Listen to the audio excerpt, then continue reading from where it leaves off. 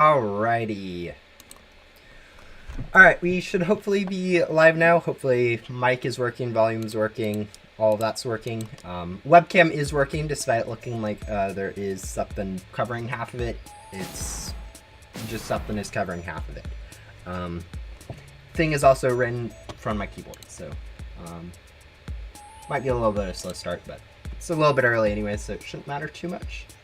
But yeah, today we are going to be starting progress on trying to get ourselves up to 100% game completion, as measured by Ghost Simulator's in-game game completion thing, not by any other metric. So yeah, that'll be interesting. I think we'll cover a little bit more about what that means later. Hello Ultron, hello New Brandom. Yeah, right now we have a cat in our way, so might not be the most productive stream. I'm not saying it's bad that you're here, Jazzy. I'm just saying you're in the way. Yeah, okay. Anyways, yeah. If you guys don't know, the game completion can be found in your inventory right here. It's actually a pretty prominent thing and pretty easy for people to find. The thing about this game completion is that historically it's actually been very broken in Ghost Simulator.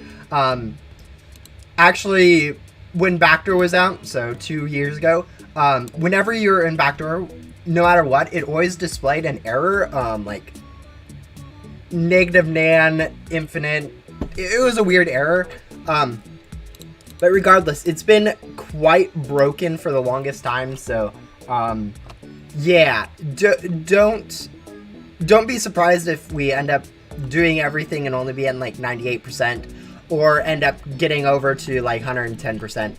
That's a very likelihood with how Ghost Simulator does handle that game completion. But anyways, what we'll be needing to do to actually get this game completion is a few things. One of the things that is counted quite heavily is actually your index, so collecting all the pets and boards from the attainable stuff like the events don't really matter. Classifieds don't matter, even though we do have all of them, other than maybe these. But yeah, we will need to fill up our index. Specifically, I'm looking at going to be getting... Stupid thing. And then I'll close again because it's also stupid. Yeah. We'll need to unbox all the stuff from this crate. We'll probably need to get a mini one somehow, which we can probably get from trading. I don't think I'll resort to that immediately, but it is a possible case. We'll need to complete 2 of these, and then we'll see at the end whether or not we need to get some of these 3 classifieds. Yeah, that's one of the things that's heavily used. Another thing that is also used, yeah, I have mini one. Yeah, I probably have. There's mini one's not that hard to get. So I shouldn't have too many problems with that. Another thing that's also counted is your packs. So you need to go buy all the packs. I already have all the packs, I think, from Ghost World, Main Hub, and Backdoor, so those shouldn't be a problem. The only ones I am missing at this point is going to be the ones from Remnant Zone. So yeah, those are the 2 big ones, as in easy to get, but count for a lot. The last one that we need is actually going to be quests. So you need to go ahead, complete all the quests. We have quite a bit of these to do. Some of them are quick. Others, like Luna, Jax, are going to probably take a few hours to do. So that's definitely going to be the bulk of this. Overall, I'm expecting this to probably take around 16 hours. So 4 streams worth of time to actually complete all my 100% game completion. Yeah, it's going to take a while. So this will probably be part 1 of 4 in terms of trying to get all these stuff. I was originally expecting it to only take 2 streams, and then I remembered quite a bit of quests that are going to take some time that I haven't done yet, including the Illins, Jax, and Illins and Jax are the main ones that are going to take some time. But yeah. Yeah, Jax is going to be bad. Illins are going to be bad. Jesse, are you going to move out of the way eventually, or no? Anyways, I think with that said, we will go ahead and start with the easy stuff. i.e. we're going to go ahead and go to Remnant Zone and get everything in the index from that crate. So that should probably net us a 1% increase to our overall game completion, and is probably the easiest 1% that we have to do. With maybe the exception of some of the packs and vacs from this area too. But yeah. Don't forget to complete Human and Victor. Yeah, you also need to complete David and Julian too. Those are 100% required for game completion. For anyone who doesn't know, those are infinite quests. You don't actually need to do them. But yeah, 10 million per pop for this crate is going to be actually kind of expensive, even though we do have 2 billion. But yeah.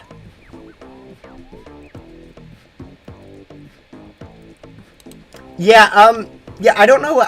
I don't even know if getting 100% game completion is possible, just because of how broken it's historically been. Let's see. I think we're actually just ready to just go ahead and... Yeah, this should be pretty easy. I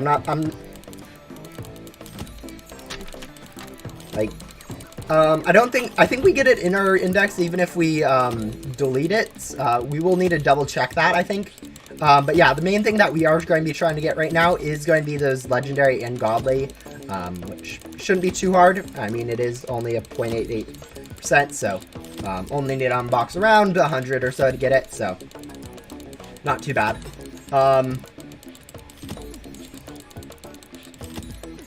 But yeah, this should be the easiest 1%. After this, it's going to be every single percent is going to be harder and harder to do. I think once we complete this, I am going to be going ahead and going for all the vacuums and packs from Remnant World, which should be the next easiest and shouldn't take any longer than another 30 minutes. After that, I have 2 quests that are infinite that I still haven't done, i.e. Reed and Michaela. So we'll be going ahead and going to main hub to go complete Reed and Michaela. Those are pretty quick quest lines. We still haven't got this godly. That's actually kind of unlucky. But yeah, those should be the 4 easiest things for me to do to get some game completion percent. After that, it does get harder. As I said, we do have Illins and Jacks and all that lovely stuff that we still need to do at some point, which are going to be the bulk time of this, I think. So we'll see.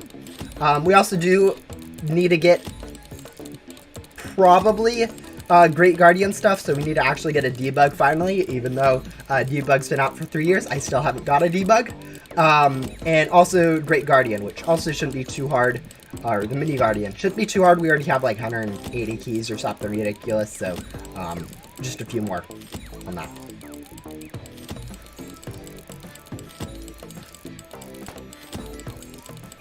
You have two debug? Yeah, getting debug isn't going to be too hard to get, for us to get. Yeah, the last antenna is antenna level 30, which doesn't make any sense, because at antenna level 30, you don't actually unlock anything. So right now I'm antenna level 29, and I have the same access to everything as you guys do. Okay, alright, let's go check our index, see, I think I'm going to have to boot up my auto clicker just to make this a little bit faster. But I need to go make sure that the comments are actually being registered in our index, so I don't have to turn off auto delete comments. Looks like I do have to turn off auto delete comments. So we'll go ahead and do that, clean up our inventory.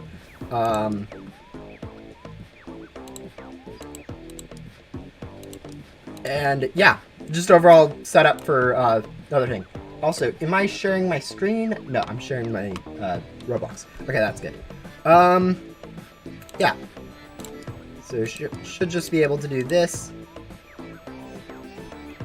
And yeah. Don't have any classified, so it shouldn't be a problem. Trash. Yeah, level 30 isn't actually used at all, and I don't think it will be. I think they're just added a level 30 because they need to make it even. It's currently is actually useless. Yeah, except you don't need antenna level 30 to get into the portal area. Yeah, we'll see. I might actually need to upgrade to level 30 to actually complete some game completion percent, so we may actually still have to do that. Yeah, right now I'm not taking handouts right now. I will be able to get all, especially like debug and mini 1, I should be able to get easily myself. And if not, won't be too hard to just trade for it, trade it back, stuff. So yeah, for now we're good. What was I doing? Oh yeah, we're going to just go mass unbox a little bit, to hopefully get that god lace, because, yeah. There's no way we burn through 2 billion gems without getting the godly from this crate. Like, it's just unlikely. Anyways, that should net us like 3 or 4 godlies. It shouldn't be too big of a problem. Yep. There goes all of our gems. Wow. Yeah, I was using Ghostly Lucky Gum. I'm out of Glitchy Lucky Gum, but I was using Ghostly Lucky Gum, so 2 times luck on my 2 times luck already. So a total of 4.4 times luck. So should have gotten at least 1. It looks like we did get at least 1 of that, so we are good to go on our index. As you guys can see, we now have it all check marked up. And if I go check my inventory really quick, we got 91% overall game completion, and 0 gems now. So yeah, we got the easiest 1% out of the way. Next up, we do need to go purchase, I think, all of these vacuums. It looks like I actually have purchased up to where I'm at right now. So the only problem now will be purchasing all of the packs, it looks like. Okay, we'll go ahead and start purchasing the cheapest ones. This should be another easy 1%, I think. Alright, so we have 1 more pack to buy at 325,000. And 2 more vacuums to buy. Okay, so we need what, like a billion of these? Yeah, we need around a billion, actually a little bit more than a billion Remnant coins. So time to start working on that. Once this is all done, we should get another. Oh, we already got 2 completion percent from that. Yeah. That just goes to show how much some random stuff is worth in game completion percent. We'll probably get another 1% from the last 3 things that we need to buy. But yeah, once we get those, the next stuff is quests, which are the longest portion of this. But yeah, currently I'm at 93%. I'm going to be hopefully getting up to 95% this stream. I started at 90%, so that's half the percentage I was missing. But yeah. What are we doing? Oh yeah, we are grinding for some more Remnant coins. So we'll go ahead and probably use just some normal Ghostly X Gum or Glitchy X Gum. 93%. Yeah. It's not 100%. There are some weird things with Ghost Simulator, so game completion's actually it's kind of difficult, but it's also kind of weird. It's been broken in the past, so yeah. We fell off. How much do we get just from that? Okay. Yeah, this might take a while, guys. I remember grinding Remnant coins is actually somewhat difficult, even with the pets I have. I actually kind of feel bad now for the people who have to grind all these packs and stuff without this good of pets and Glitchy X Gum and double Remnant coins. No, once I get to 95%, it's going to get so much more difficult. For like the first 5% is the easiest part of it. After that, it's mainly quest stuff that I have to do, which is yeah, not really fun. All right. Also, this ghost fell off, so we'll go grab it. What are you? The cat's meowing at me, so I don't know if you guys can hear that from the mic. She's quite loud. Anyways, yeah, I think the first part of this stream, again, will be probably the easiest part, as I said. I might be forgetting something at the end that we will need to do that's very easy, but for the most part, this should be the fastest part. After this, it just gets super slow, with us just having to grind the quests.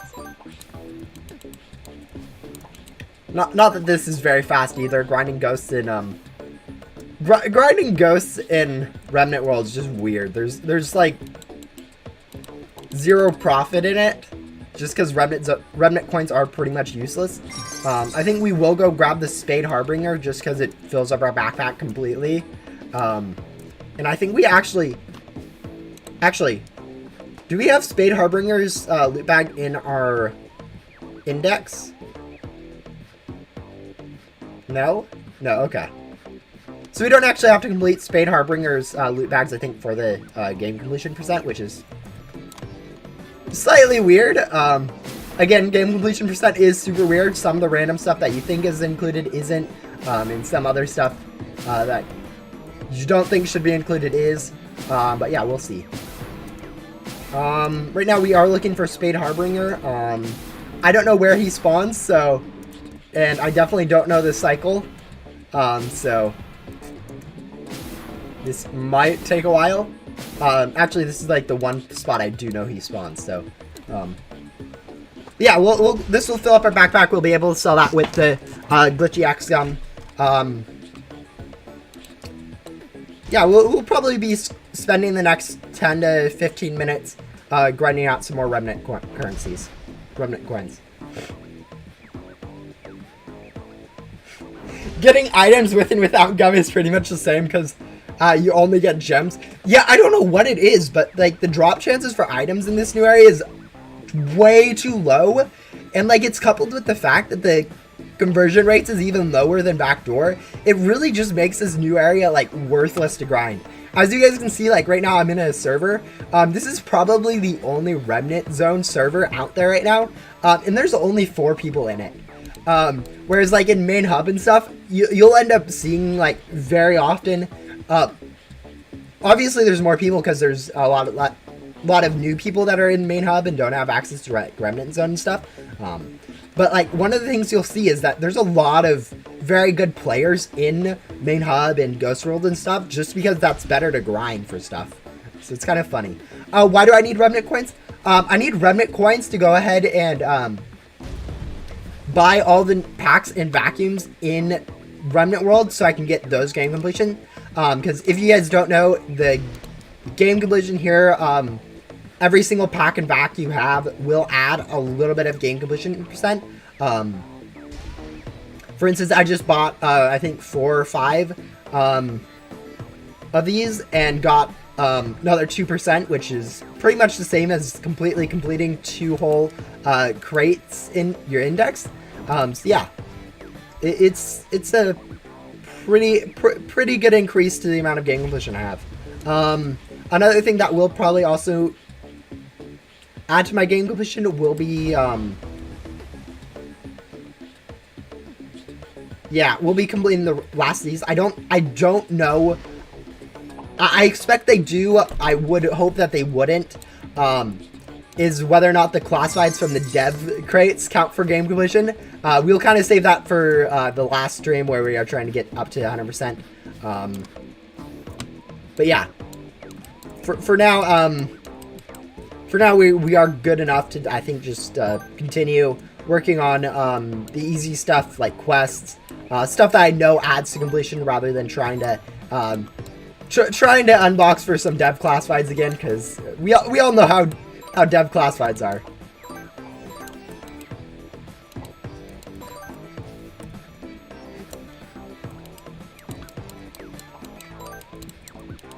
Yeah, that's the thing about quests.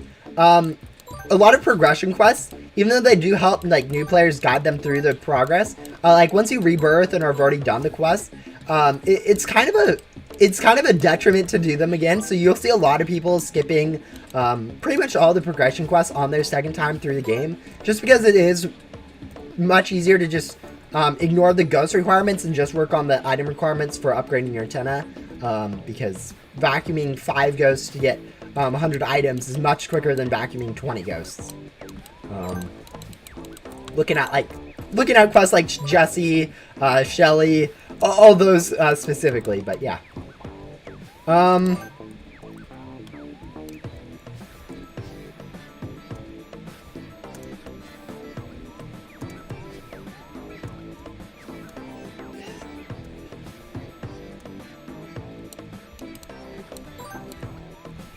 Oh, there's someone else grinding ghosts, I think. Yeah, there's a lot of other people grinding ghosts. This is not a private server right now because I didn't feel like joining a private server, to be honest. I may switch over to one just if it does get a little bit hard to compete with people. I think for the most part, though, we are going to be fine just vacuuming ghosts. Remnant World's not too difficult. And like traversing anyways costs a lot of time anyways, so I'm not really used to it. So maybe I could sneak in if I was in a private server, going over here and still being efficient. But I think for the most part, it just makes sense for us to. Yeah, no one's even over here. Doesn't even matter. For the most part, it just makes sense for us to be in a private server just because I don't need to swap servers.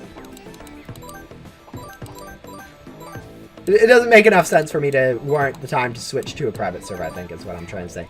Hello! Yeah, right now we are working on getting the Remnant coins to buy packs and vacs for probably another 1 or 2% game completion. Once this is done, we will be moving on to, there we go, that should be everything. T-cell. What gaming setup do I use? I currently have a laptop, a mic over here, and my phone as a webcam. So it's a very high-tech, it is a very low-tech,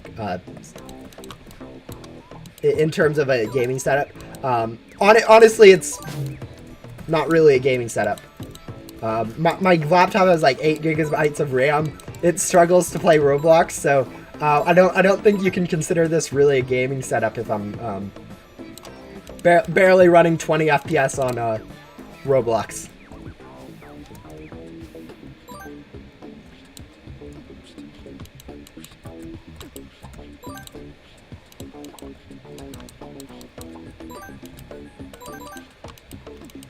But yeah, for the most part, though, it actually does serve me quite well. I really am not playing anything where I need a super high FPS, so I'm not missing too much. If I was playing first-person shooter games, like, I don't know, Fortnite, I probably would want to upgrade.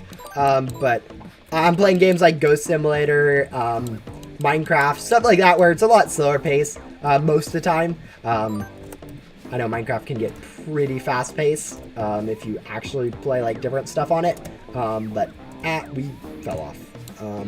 I think we're just going to go sell.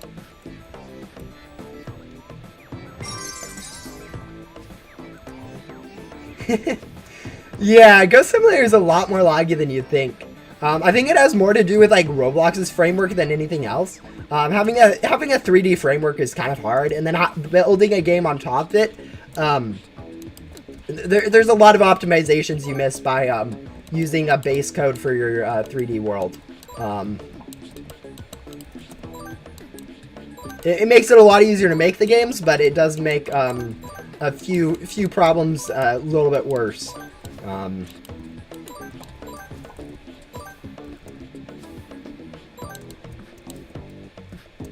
Yeah, I have no idea really what that means. I can barely tell you what gigabytes of RAM means. So yeah.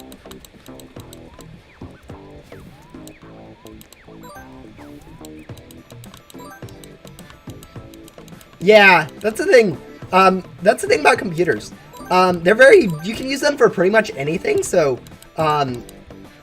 even if you are using it for gaming, you can definitely make an excuse like, oh yeah, I need it for work. At least for me with programming, my laptop doubles it's probably going to last me for my work. It's doing good for me in school. It's getting a lot of use out of it. I'm doing gaming on it. I'm video recording. It's going through a lot of use. So it's definitely worth it for me to just have a computer, even if it isn't great. It's doing a lot of different things. So it's not like it's not like I should buy a computer just for gaming. Because as it stands right now, like, this laptop's serving me fine for pretty much everything else. So Not really a point to just go upgrade just to upgrade.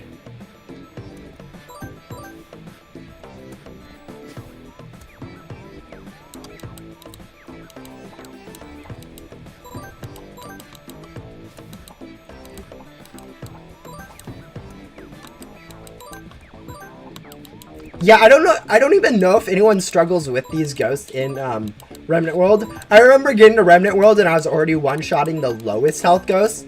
So I don't know if anyone ever really struggled with these ghosts. I feel like Dev just made it like a super easy just to make it super easy.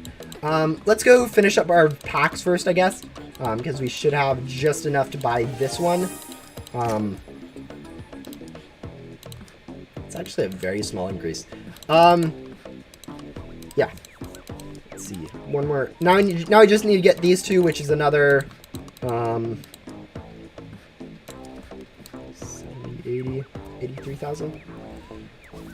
830. So another 760,000. So that's about, I think, what?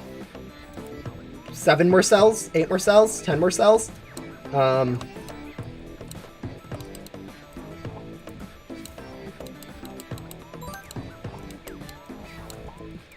Yeah, right now I'm not really interested in upgrading my stuff. It's a bit too expensive for the amount of use I'd get out of it. Like, it basically just make it so I can play gaming a little bit better. My computer works fine for all my schoolwork and stuff like that, so no real reason there to upgrade it. Maybe if I was making money from YouTube, I would consider it, but right now I'm pretty much only earning about... On a good month, I'm earning about $1 a day, so about $30 a month from YouTube. So it really isn't too much of a cash flow to warrant an upgrade just for like YouTube or anything like that.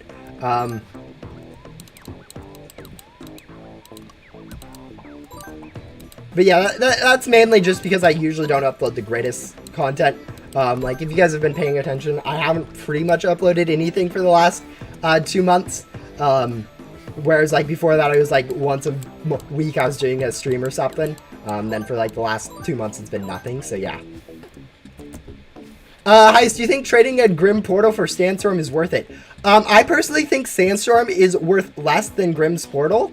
I think Grim's Portal is just so much... I think Grim's Portal is just rarer and worth more than Sandstorm. Sandstorm's super easy to just mass unbox once you get a few rebirths and good pets. And then it'll go ahead and pay for itself too, because you're going to be able to, with more Sandstorms, be able to buy more get more gems to get 4 more Sandstorms. So I personally think Grim's Portal is worth more than Sandstorm. So no. But yeah. That's also because I have traded a Sandstorm for Grim's Portal personally. Just because, like, I can get as many Sandstorms as I want. I'm not getting a Grim's Portal anytime soon by myself. I have 0 Grim loot bags, and I get a Grim's loot bag once in a blue moon. So it just makes sense for me to go ahead and trade for the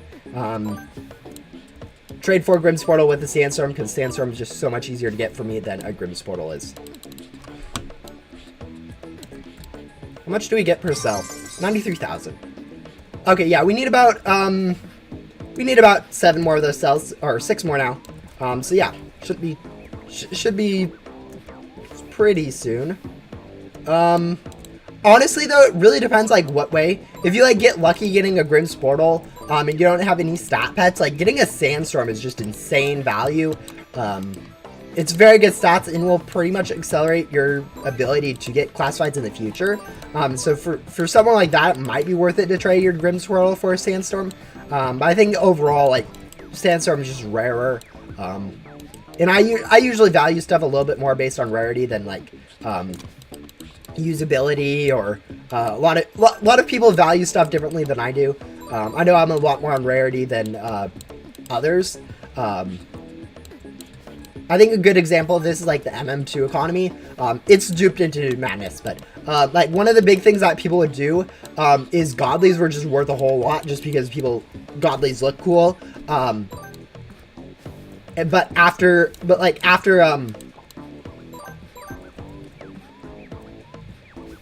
people had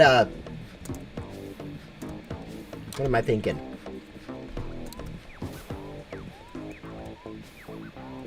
But like after that, like you start noticing that there are some items in the MM2 economy that no one really cares about and are still like significantly rare. Like some commons and stuff where like no one had those commons, but no one cared about them. So if you went and like collected them, they're pretty rare, so hard to find. But people are willing to trade them just because they didn't value them much, and they ended up like spiking in value at one point. So yeah. Can you still get Lucky Cat without Lucky Vision, or is it patched? It has not been patched to my knowledge, so you should still be able to overcharge the cats in backdoor and get lucky loot bags and then be able to unbox those for Lucky Cats, to my knowledge. You can't do that same strategy in Ghost World or main hub, but it should still work. It should work in backdoor.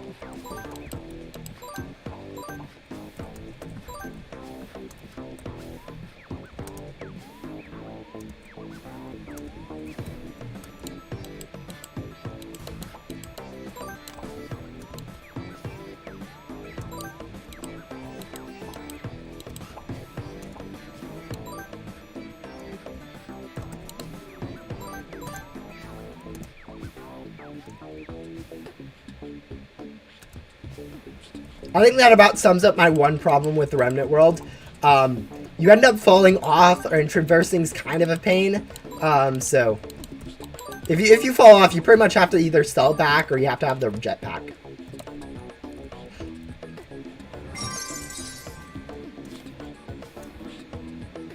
One was in the Beehive, correct? Yeah, there's pretty much one in every single area.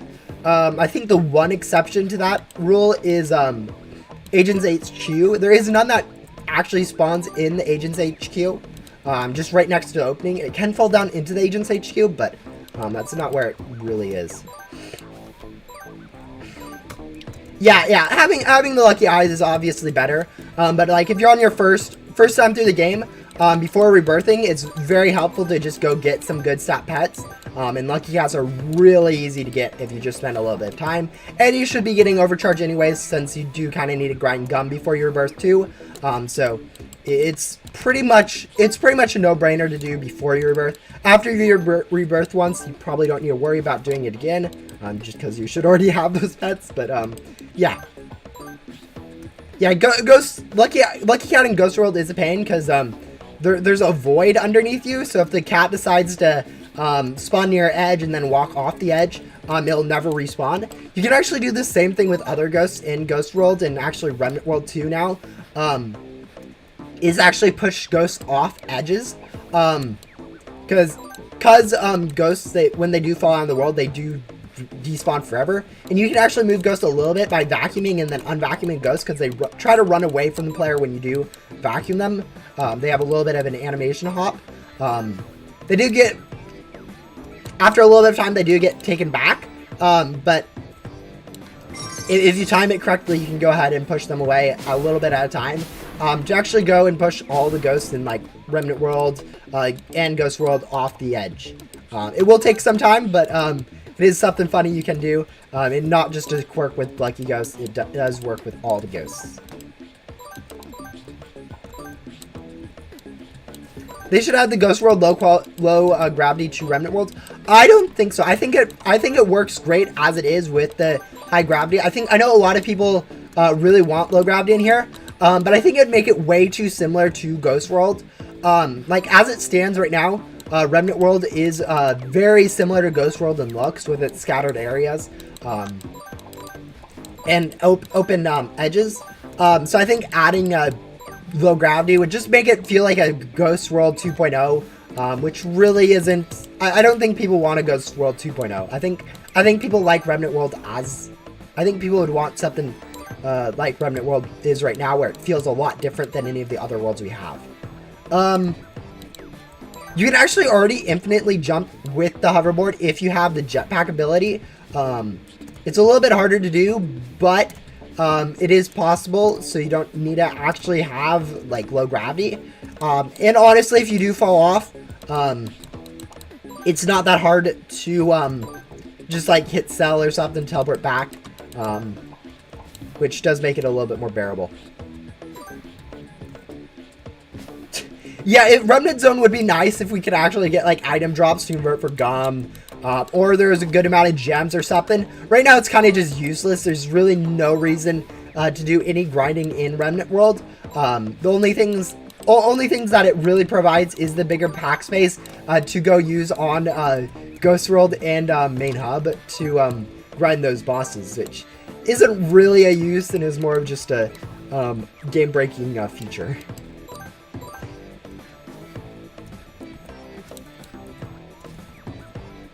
But yeah, right now we do need to get, I think 3-4 more cells. We had about 100,000 for a cell, and we needed 80,000, so, or 800,000, so 5 more cells.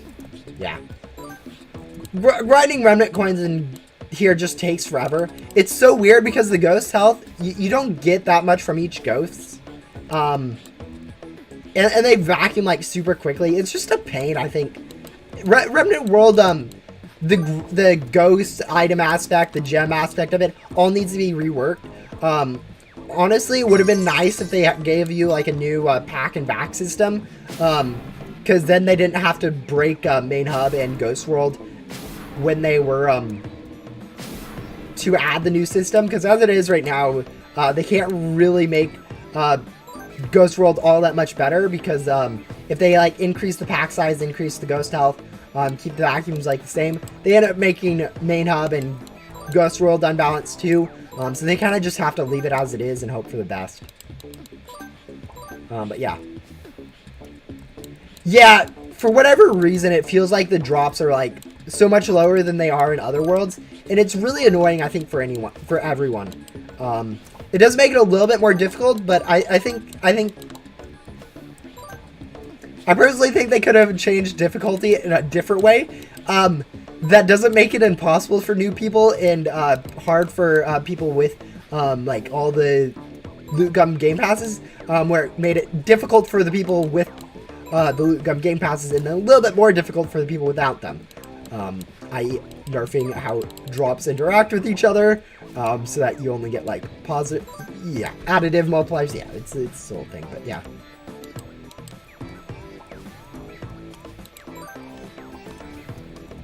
Congrats on the Crypto Ghosts for being the first ones to have 1 billion plus HP. Yeah, because we all care about the ghost health in Remnant World. It's a super useful thing that absolutely makes 100% sense, and everyone doesn't just one-shot all of the ghosts anyways. Yeah, I don't understand dealer ghost health, to be honest, idea in Remnant World. I haven't ever had a struggle with vacuuming these ghosts, and I think even on my alt, it's not too hard. I know I have OP pets, but like, you shouldn't be able to one-shot ghosts like this.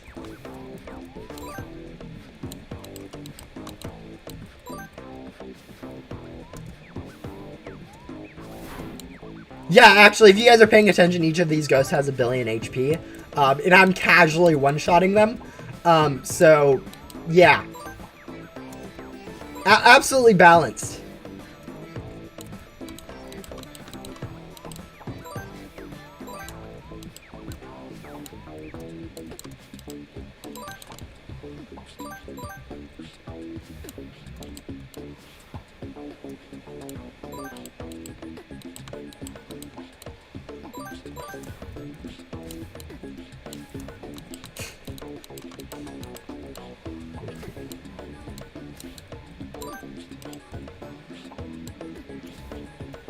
Yeah, like half of Remnant World just feels like a joke to me.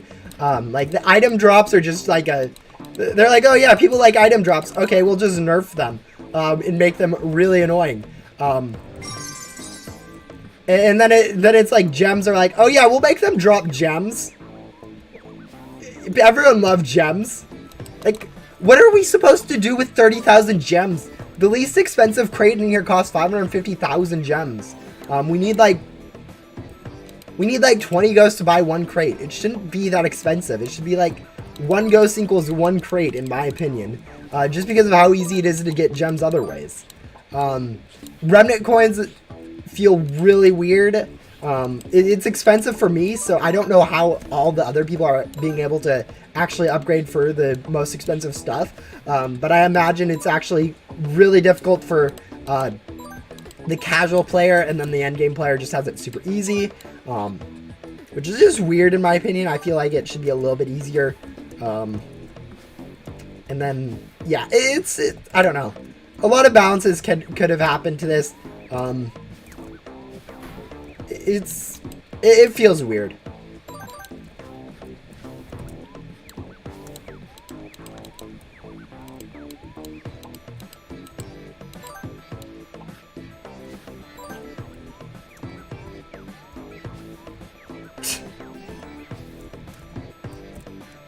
Mini shop in like Block City or that glitchy city in Backdoor with like items you can exchange for gems. Do you mean like converting items to gems or converting gems to items? Because one of those is absolutely, because both of those are kind of stupid. One of those is redundant. If it's converting items to gems, that's just kind of silly because we already have something that converts items to currencies, which can be converted to gems, i.e. the incinerator in the junkyard.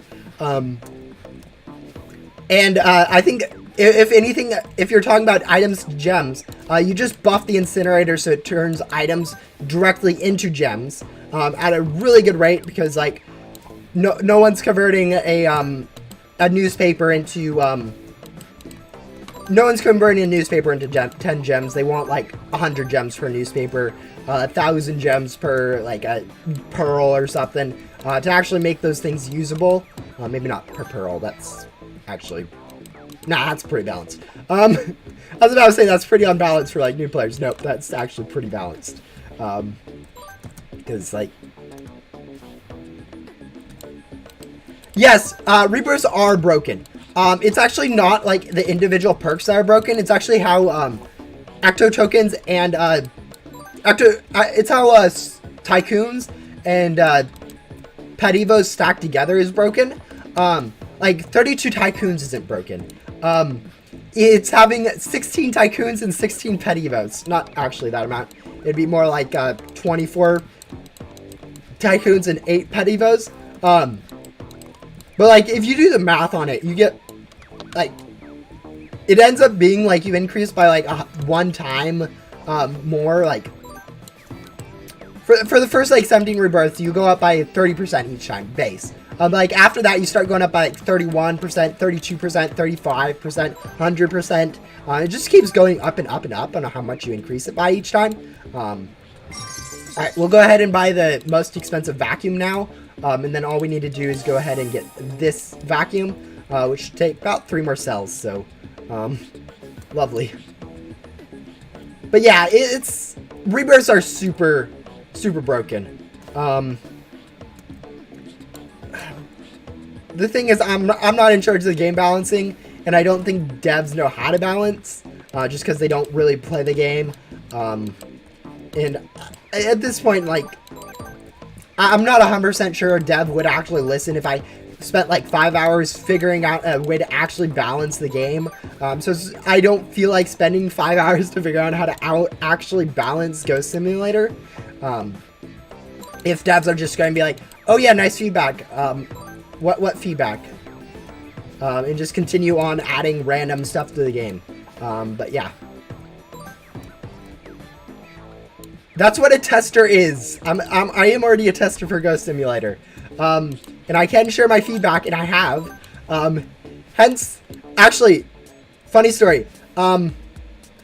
Gems actually drops used to be worse. They got buffed when the second area got added. Like all around, all the gems got buffed. Before that, they were even less. They got buffed there. They still need to get buffed, but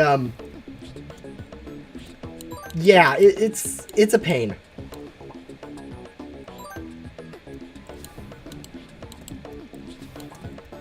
Yeah, quality assurance is generally just what testers are, so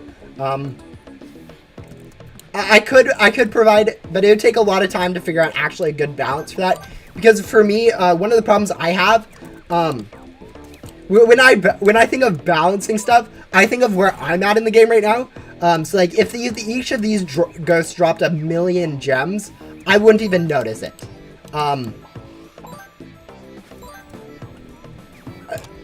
I just get so many gems from each boss that it's not even noticeable. Whereas like other people, 1,000,000 gems from each of these ghosts would be like super overpowered. So I'd actually need to spend some time working on my alt to see what my alt feels like at these places.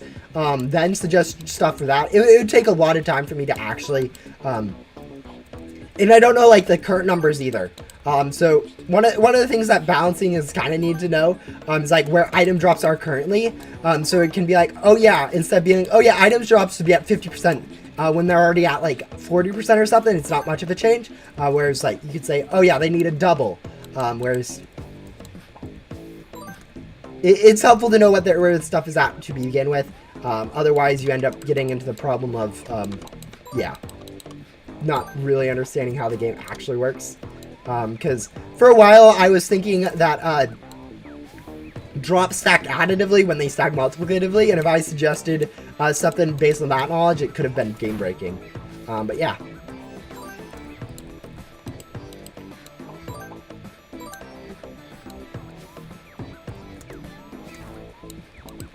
Yeah, the best perk I could think of the devs actually adding at this point is the alright, 2 more cells I think.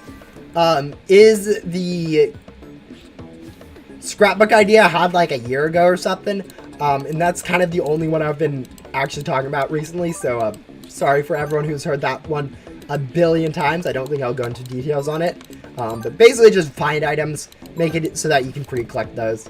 I think everyone would love that as a permanent perk. Make some quests a lot easier, like Blaze, not change too much of the game base-wise. Yeah, I think it would be pretty balanced.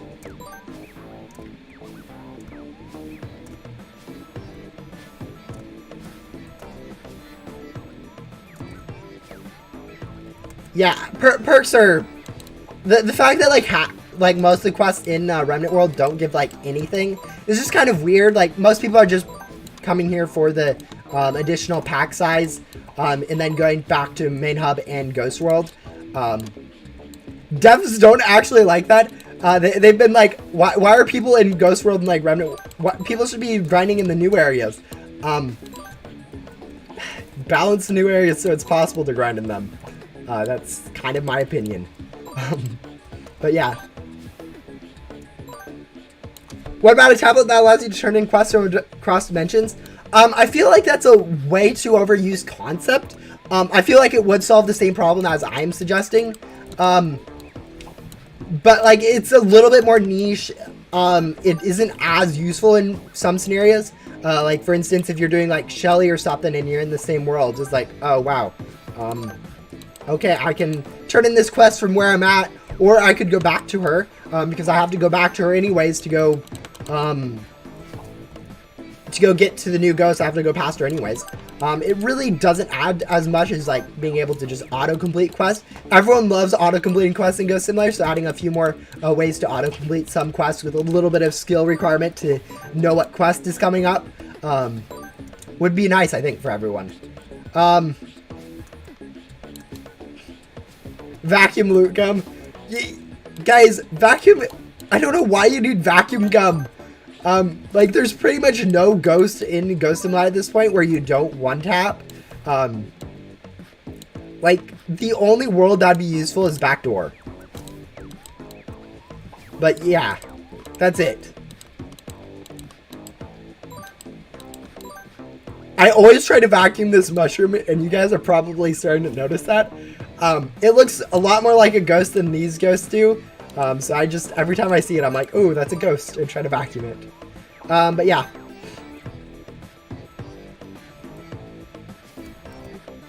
Yeah, it would be helpful for Blaze, but I also think just the, I think the scrapbook idea would be better for Blaze than, being able to use that. Anyways, we need, 50,000 more, so about half a pack full. A little bit more.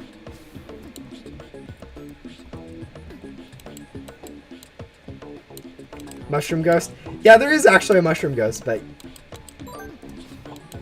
I don't know what it is, but those mushrooms look a lot more like ghosts than some of the ghosts. Yep. I never moved on from backdoor, guys. I'm still in backdoor. Alright, I'm sure someone was vacuuming those ghosts, but they're frozen right there, so I won't ever know for certain.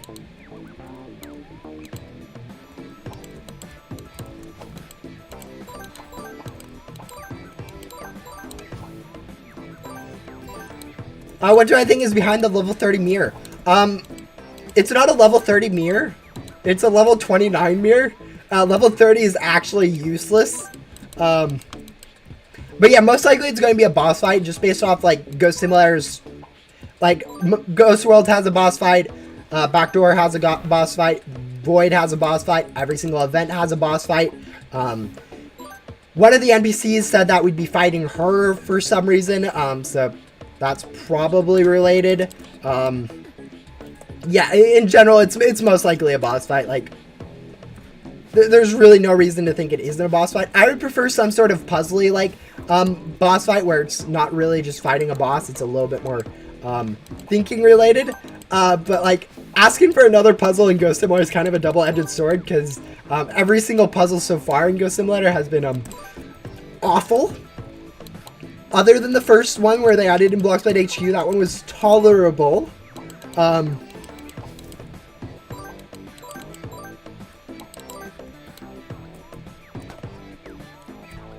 yeah, that should be the last vacuum that we need here. And should go ahead and get us another 1%. So we should be up to, I think, 84, 94. No, still at 93%. But yeah, we are good on that. I think now the next step is going to be to go ahead and get some quests done. There are 2 quests that I definitely need to do because they are, they don't reset when I rebirth. So going ahead and doing them right now is going to be probably helpful. And that will be Reed and Michaela in Main Hub. I haven't done those yet, and they were released like 3, 5, 8 months ago or something, but yeah. Yeah, I still don't understand the whole boss fight thing yet. Oh, look, lovely, guys. We are a noob now. I guess we'll be completing the next quest as a noob. Oh well. Not missing much. But yeah, we'll be going ahead and doing Reed and Michaela. These should be the quickest quest lines I have left to do. Other than maybe some of the quests in Void. But yeah. Egg hunt, blah blah blah, raid, yes, lovely.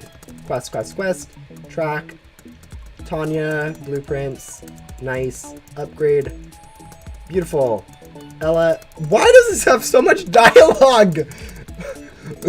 Guys, that was like so long of a dialogue. Okay, anyways, we need to chew gum and complete a race. Okay. Lovely, erase. But yeah, 15 quests. We'll go ahead and start Michaela, I think, too. I don't know what Michaela's quests are, but I'm fairly sure they're going to be pretty similar, so, yeah.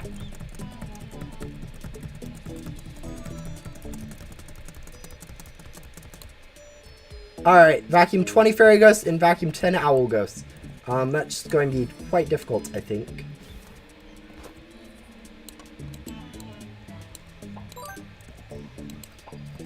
Alright, you know what? I'm getting annoyed at being a noob. We'll probably go get out of this noob outfit at some point. I.e. go jump into the void. Because that's a very easy way to go reset your character. Oh, you got Sandstorm today. Nice. Yeah, Sandstorm is one of the... Or, it is the best pet in the game. It's actually pretty easy to get for how good of a stats it is. So, a lot of people do end up having it. Alright, we'll... Quickly, I really just want to get back into my normal avatar. Please and thanks. Thank you. Alright. Michaela is so easy. Yeah, a lot of these quests are easy. And there we go. We're back into our normal avatar. Just like that.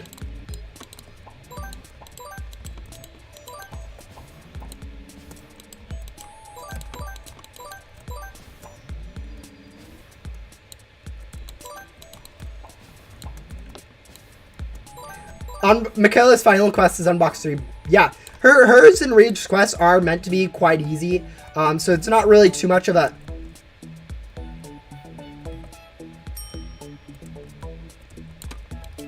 wonder that they are. They're meant to be for new players, so it's not too crazy that they are that easy.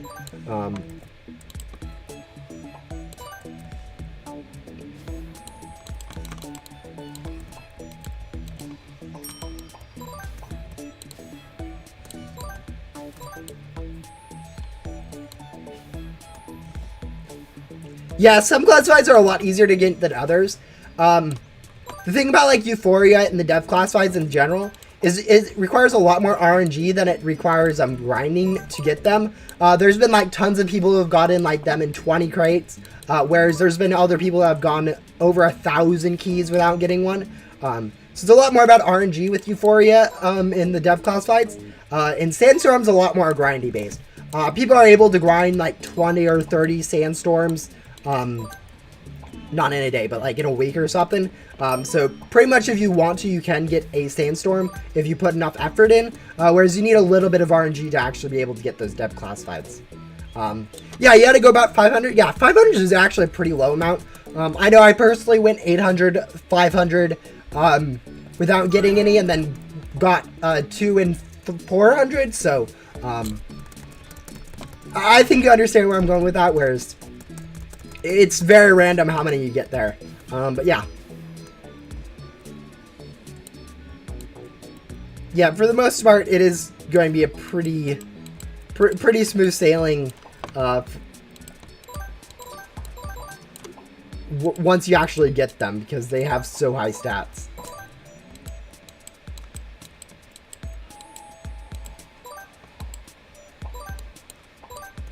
Yeah, don't worry about it. Lore in Ghost Simulator isn't like 100% lore. There is going to be there's going to be holes in the story of Ghost Simulator. It isn't like 100% like what's the word I'm trying to go for here? It's not a yeah, I don't know what I'm trying to say. I feel bad for this person. I'm grabbing all their ghosts, and they don't even know where I'm at. Alright, there you go. Grab those 3. Yeah, this is another quest we'll have to do. It'll probably give us, like, I don't know, 1% or something. Not even. But yeah. Completing these 2 quests should probably get us another 1%. I don't know. We'll see. 3 more of those. We'll probably go ahead and grab this boss anyways, just because.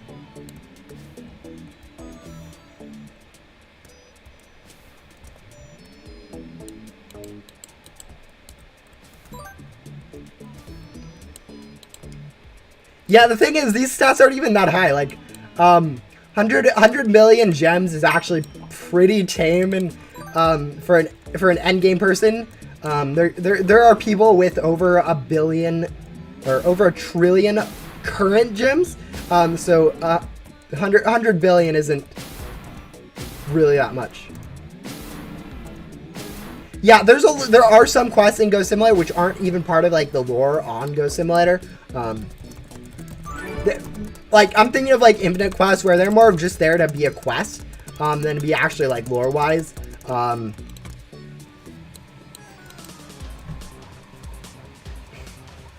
There are some quests where it's just quests because it's a simulator. And then there's other pieces of lore where it's like, oh yeah, this is true and also false and also weird and wrong, and yes. It is still a game even if it does have lore, so there are going to be some issues with the lore of it. But yeah. Let's see. So how's my webcam holding up? Okay, my webcam hasn't died yet. I'm always a little bit worried of my webcam dying. It usually ends up dying for some reason randomly near the end of my streams. Usually it's my camera overheating. I think it's fine for now, but yeah, it's not great. Also, one of the things I do need to do at some point is actually level up the sandstorms I have. Like right now they are only level 4 and level 2, so getting those things leveled up will be actually a pretty good increase to my stats. Oh, 3 FPS, 4 FPS, 2 FPS, 4 FPS. Lovely. And now we need to go to mechanic and garbage bin ghosts.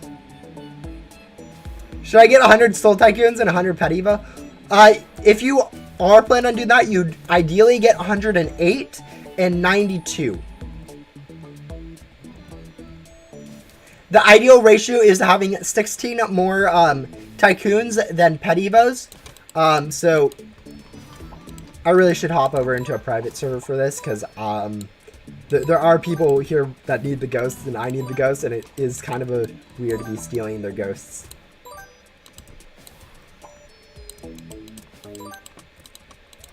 But yeah,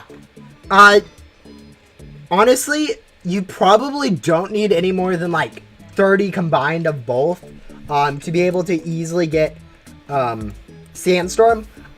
At most, I think 50 rebirths would probably be enough to make sure that you're able to get, be able to get the most expensive class side when it comes out, just based off of how much more expensive it is than the current Sandstorm.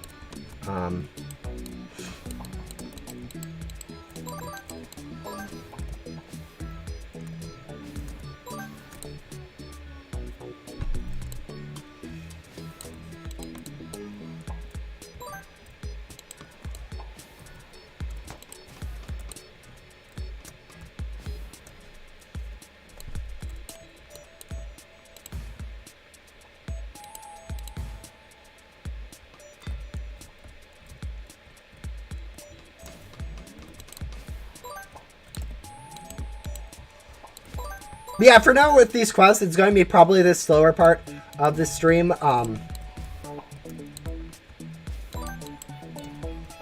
I know, like, it'll get a lot slower though too. Is once we start working on like stuff like Jax. I don't know. I think we've done Shelly, so we don't need to actually do Shelly. But like once we start working on like Jax and the Illins, this will end up starting to take a long time to work through these quests. Sorry, dude. I need ghosts. Mine. You know that one. Alright, 2 more ghosts. And 1 and 2. There we go. We're done. We can stop bothering him now.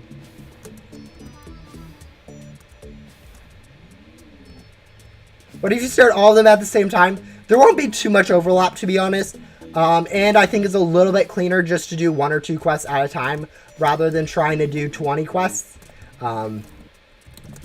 I personally find it a little bit easier to focus on 1 quest rather than be like, oh yeah, all these quests, I can save 5.3 milliseconds by doing this quest and this quest at the same time, and then turning in this quest first, so that I can complete these 2 ghosts from this quest on this quest part, and then be able to turn in that quest 3 seconds sooner.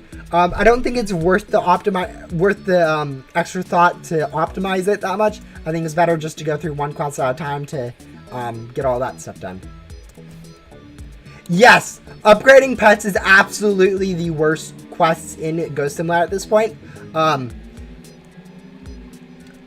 Like, no question. Like, the only quests that are actually like, please tell me that's someone else.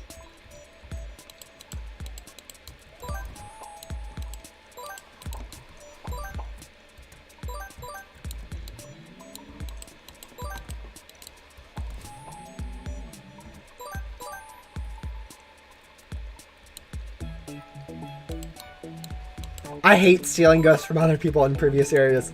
I'll be gone soon, dude. Don't worry. It's not you. I need the ghosts.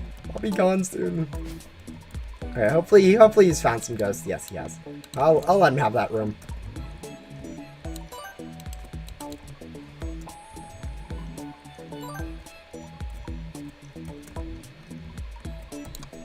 Yeah, most likely we will be getting an Illin in Remnant Zone. I will try my best to make sure it doesn't have, I will complain about it to the devs, as a tester. to make sure it doesn't have any that require you to level up legendaries or godlies or anything like that. Because I know from experience that those leveling up quests are a pain.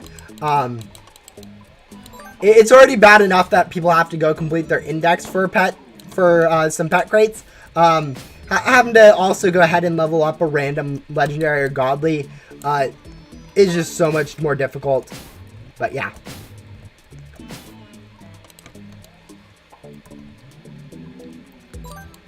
I'm sure I can suggest some other alternative quests that people would enjoy a lot better. I collect X amount of pet XP. I think people would actually enjoy that quest. It would require the same amount of work, except they can use whatever pet they want instead of a legendary or a godly, or the pets that they currently have equipped. Even if they are maxed, they should still get the pet XP, and it'd be all fine and dandy. I don't know if that's actually how it'd work. I probably wouldn't recommend pet XP, but probably more like along the lines of collect X ghosts or something like that, or X ectoplasm, remnant coins maybe. So something where it requires some amount of effort, but still provides decent. That still requires a little bit of effort, but isn't as annoying to do as leveling up random pets.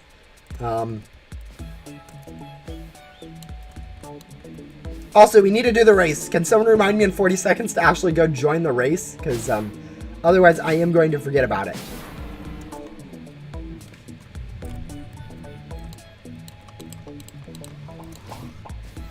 Yeah, guys, there's been like 20 or 30, maybe not quite that many.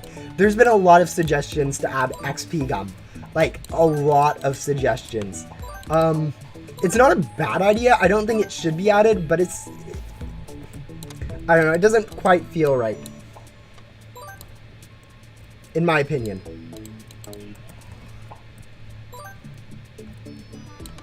Also, with the chat delay, I'm now telling you to go join the race. Yeah, thank you. That's... yep, that is how chat delay works. Alright, we'll join the race. We don't need to win the race. Actually, do we need to win the race? No, we just need to complete the race. Although we will likely win the race based on who we're against. What are you doing, cat?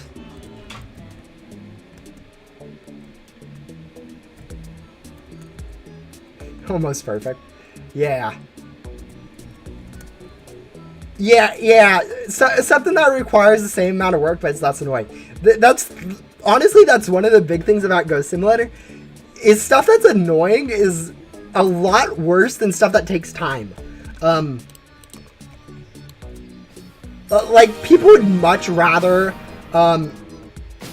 do a quest that takes an hour and is actually like somewhat difficult the entire time, then do a quest that takes 30 minutes, but is like has one quest that takes way too long. Alright, we still need to go grab some ghosts from the construction site.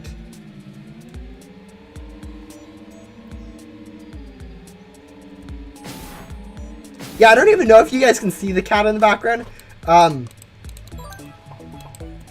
Actually, I don't know how much of you guys have been noticing backgrounds. Which is probably for the best, because I don't generally... yeah, there's not too much going on. Like the worst back there is like a sock that's sitting on my dresser, I guess. Ice Pegasus is better than 8-bit in stats? Really? No, I don't think that's actually the case, if I'm remembering correctly. Do I even have an 8-bit? I do have an 8-bit. 5.32. No, I know I don't have an Ice Pegasus. I traded that off to my alt a long time ago. Yeah. Yeah, I'm trying to remember what the rare stats were for... Sorry, I needed that. And that. Sorry. I need these. 3 more. Oh, there's another one.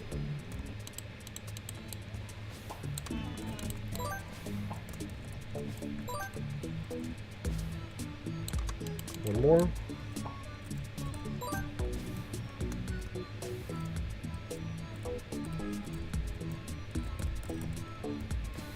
There we go.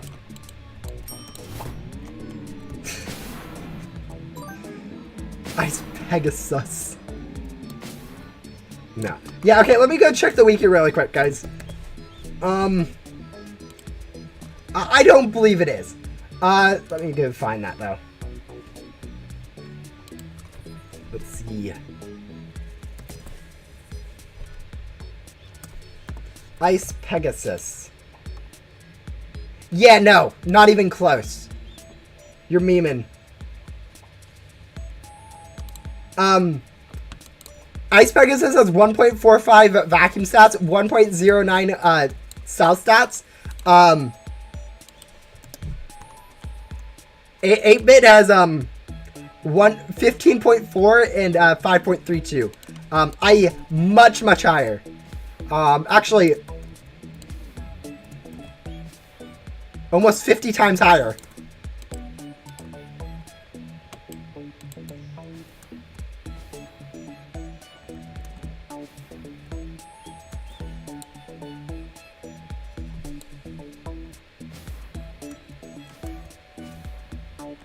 Alright, also, you distracted me from turning in Michaela's quest. Good job. Oh, and we also need to turn in Reed's quest, too. Must repay you for your time first. It's horrible news. Ghosts are intimidating. Alright. Beautiful.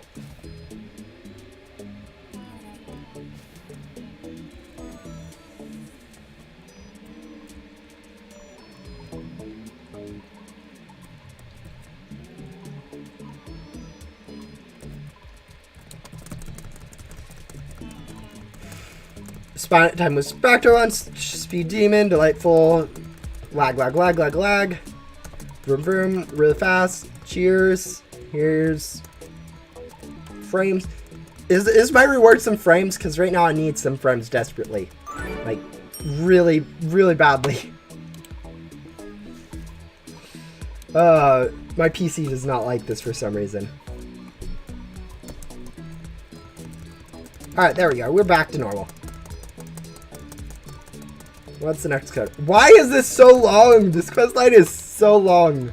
Alright, 10 street crats and complete the obby. Alright, we can go do that. I'm hoping at some point we can catch up with this quest because it feels like this quest and the... Why are there so many people in... Okay, we're switching over to a private server.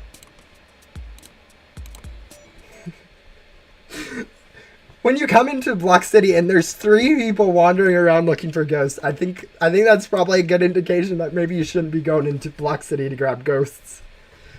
Yeah, let's go. Let's see what that is. 500 gems, let's go. Yeah, 500 gems, so useful. Definitely. Yeah, the sewer guy gives you some board storage space, 25 additional board storage space. Decent, I guess, if you're new to the game and you don't have any of the game passes. Really bad if you already have 500 additional storage space. But we're doing it for the game completion percent because, see, we've already gained a percent from working on these quests, so we need to do some more. Alright. Oh, also, doing this obby is difficult.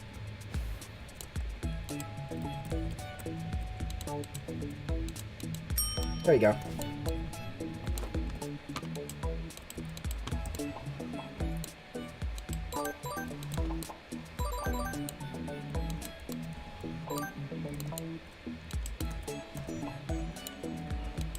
Whoa, that's a very good clump of ghosts. That was like half the ghost spawn that were street cat ghosts. That was actually really good. Clicking on the obby is the hardest part. Yeah, your pets get in the way, you get in the way. It's kind of actually a pain to click on those things. And I know as new players expect to touch it and collect it, because pretty much before that, all of your all the quests that require you to go find a fight item, you actually have to touch it with your avatar. So they don't actually understand that they need to click on the item, which is kind of annoying.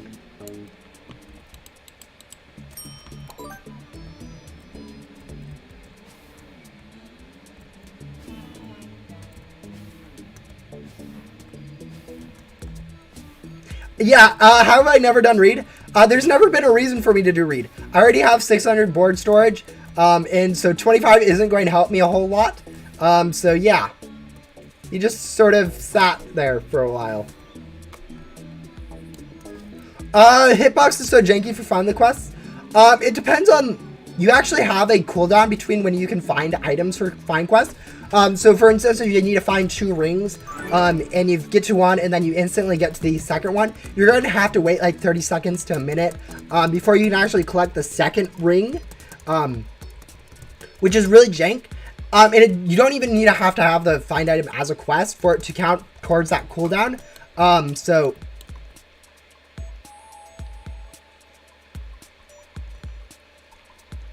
okay, that's a stupid quest.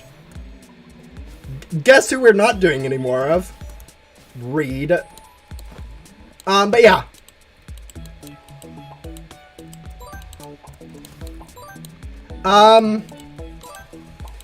There is a small cooldown. So if you touch like a ring, and you need to go find like find a cookie or something, you'll end up having to wait like 15 seconds before you can actually collect that for the quest. So it may look like, oh yeah, I need to walk over this thing like 20 times before I can actually collect it. The worst part of this is for Fern's quest, she requires you to grab a bowl, which is actually right under a ring, in a way that you can't touch the bowl without touching the ring first. So what you end up having to do is stand on the bowl and then touch the bowl. And whenever you're touching the bowl, you're touching the ring, and just hope that the game detects your touch on the bowl before it detects your touch on the ring. It's a pain. It's actually one of the most annoying quests, I think, in the game for new players. It isn't that hard. You just go stand on the bowl and then spin around in circles, and you'll eventually collect it. But yeah, it definitely demonstrates the problem that Ghost Simulator has with find items. Yeah.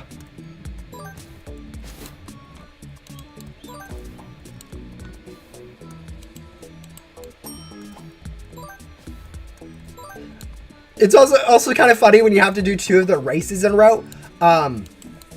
You can actually be too fast for them. So if you have like the jetpack and the hoverboard, you collect one and then you go to another one. And it's like, oh yeah, you can't collect this yet. So you have to just wait there clicking on it for a while. That's another annoying one. It doesn't actually happen that often because most quests usually only require 1 race at a time. I think there's only like 1 or 2 quests that actually require multiple races in the same quest. So very, very unnoticeable, but when it does show up, it is very confusing for new players.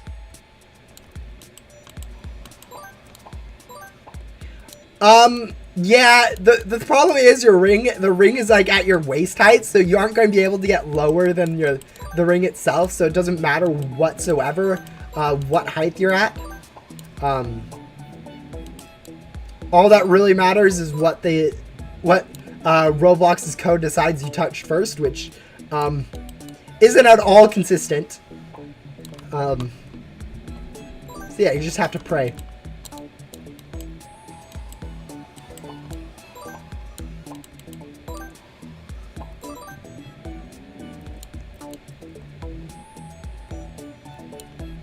Also, the funny thing about this, you guys just saw Green Girl. There's another thing that appears every once, like Joker appears every once in a while in Main Hub and probably other worlds too. But we only know 2 spawn locations for Joker, despite knowing like 8 or something for Green Girl. And that's because like no one's really paying attention for the spawns of a random green orb.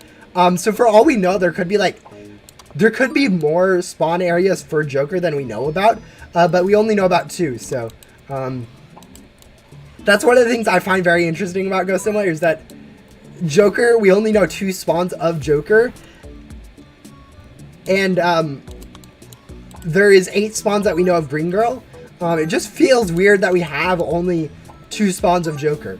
It feels like there should be more, and there's really no more.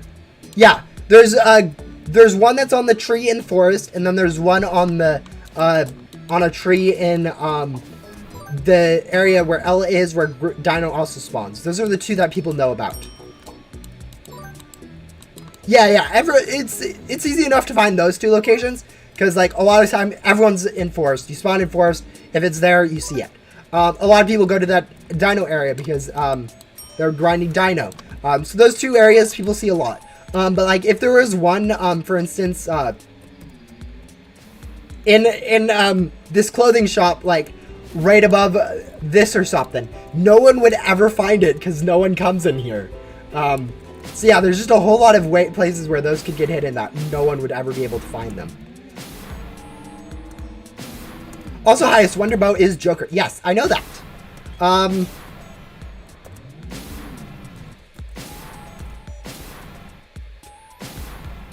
I think I was the first person to discover that one. During the metaverse or during the Halloween event, that the Wonder Bow, the bow NPC was not Bow, but was actually Joker. How we came to that conclusion shall not be named, but yeah. Anyways.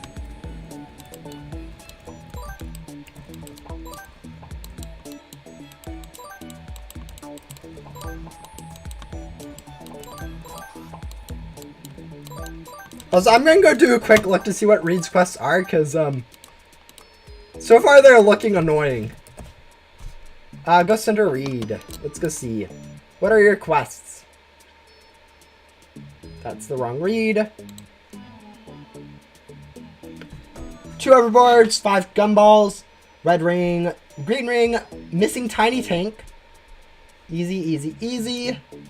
20 mechanic, 5 garbage, 15 tires, easy, 15 paper, 10 rat, old socks. A hoverboard, 3 hoverboard races. Oh, fun. 5 gumballs, easy. More stuff, more stuff. Yeah, it would have been nice to do this one and Michaela at the same time, it's looking like. I don't think it's a necessity. I think we'll just go ahead and do double the work. It also would have required me to take time to do races in between, so, you know.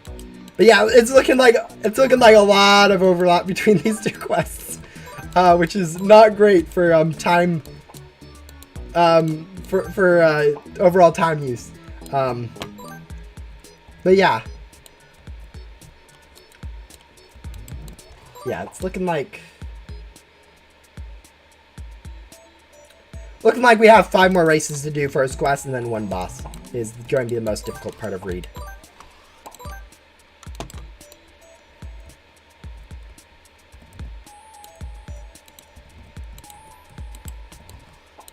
Do you have a Joker card from... Alright, it's my favorite card. Yeah, that's definitely how we figured out what was Bo. Nothing to do with his outfit being Bo underneath the maid outfit. That was, yeah, I don't know. I mean, I don't really make content on YouTube for money, to be honest. So it was insane. So it's definitely memorable. I do remember it, but it was not something I was used to, so, or expecting usually. Let's see. You don't have event bait for races? Oh, I have event bait for races. I'm just not using it for races.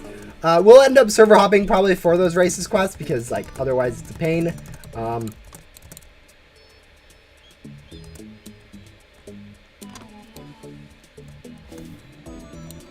yeah. Yeah, I'm going to need actually quite a bit of time to actually get this 100% game completion. I did the math before stream, and I was seeing about 15 hours,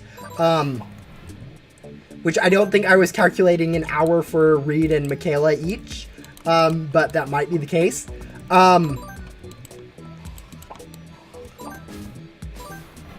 But yeah, it should be about 15 hours, so probably a total of 4 streams. Maybe 2 if I decide to do some off-stream work. But yeah, we'll see. Yeah, I rarely use my event bait, so I usually have a pretty good stockpile of it. I think right now we have like 90-ish. Maybe 80 after I used a bit. 87. That's not a good number. So I don't like odd numbers of loot bags in my inventory after I got the double boss drops game pass. It's weird to see even numbers of of loot bags in my inventory. I'm so used to pretty much everything having an odd number on it.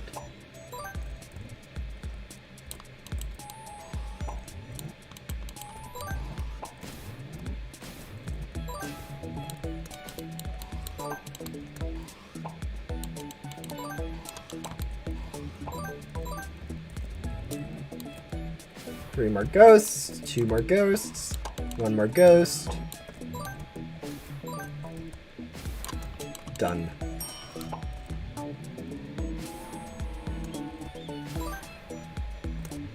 Yeah, sometimes sometimes with these quests, like the rare ghosts are the hard part, and then other times they're like get completed at the same time, and it feels super nice when that's the case. It's like, oh yes, I got perfect RNG. I was able to get exactly 10 ghosts and exactly 20 of the other ghosts.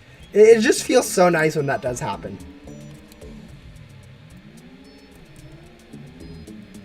Press E to talk. Yeah, that thing does show up quite often and then glitches out for some reason. It's not that special.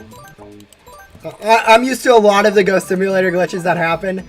I think one of the common ones that happens that... I can't even think of the glitches that happen a lot. But I know there's a lot of common glitch. Oh yeah, when you vacuum a ghost and it doesn't actually like vacuum. I'm so used to that glitch whenever it happens I don't even notice. I usually just immediately unclick and then click back on it. Doesn't even bother me. Or another one, like when you're grinding and you use overcharge, it visually does it. The timer starts, or it visually does it, but it doesn't actually do it. So you're able to overcharge again, or it actually does it, but doesn't visually do it. So it looks like you didn't do it. Yeah, this is one of the spawns for Joker. Spawns Joker over there. The other spawn for Joker that we know about is on the tree over in main hub. And yeah, for all we know, there could be another one somewhere else. I'm fairly sure this is one. I think it's been enough time that people should have found some more. But we don't know. Yeah, sometimes it does overcharge without you actually doing it. That's more of a Roblox input issue. So like you click and then hover over a button or something and it thinks you're still like holding it down. All right, that was weird.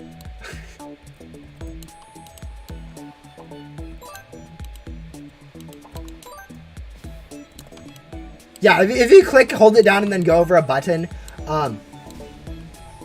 it'll do that. Like, I wasn't holding down my mouse at all. It's more of how Roblox handles inputs than anything else. Yeah, overcharging pretty much anywhere other than backdoor is pretty much useless. It can be useful in some boss fights and during some events. But other than that, it's kind of meh. Alright, more quests. 20 divers and 10 mermaids.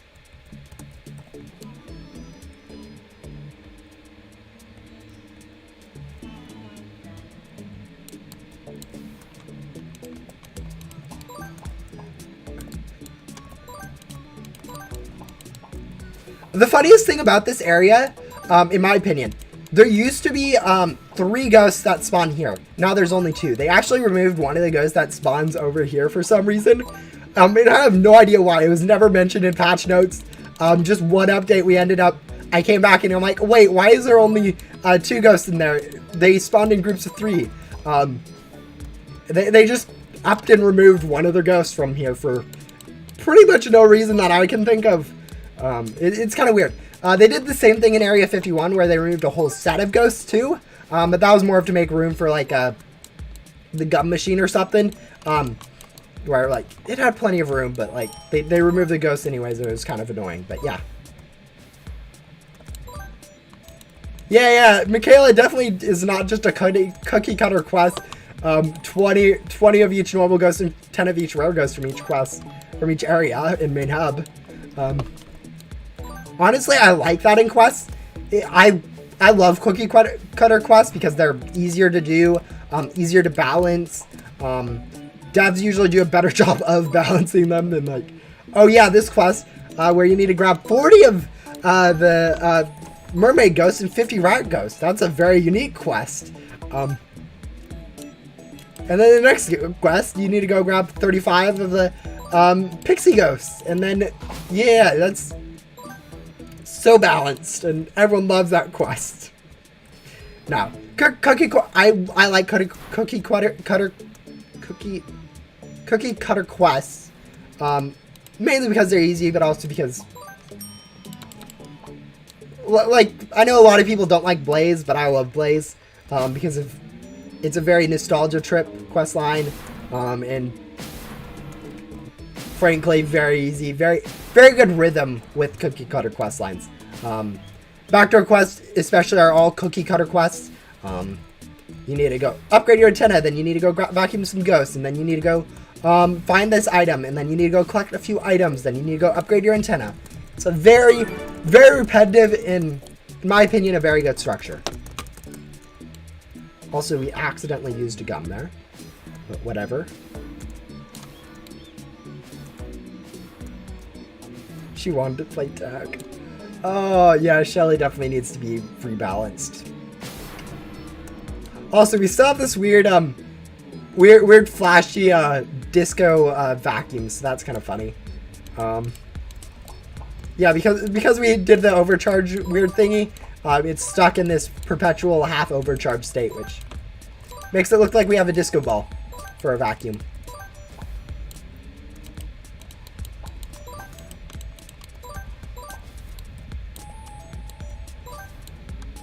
Also, I think this is the first time that we don't have a rainbow color. No, I guess usually like the end area has a rainbow colored vacuum.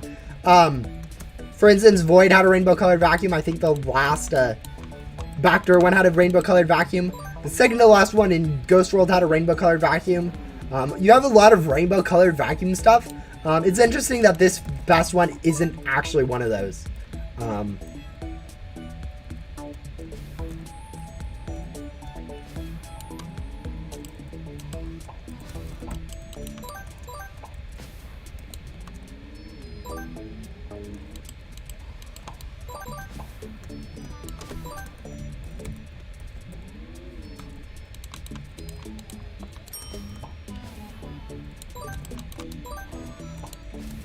I really feel bad for not doing Reed and, because I pretty much would have been able to complete both of them in the same amount of time if I just did some of Reed's quests a little bit sooner.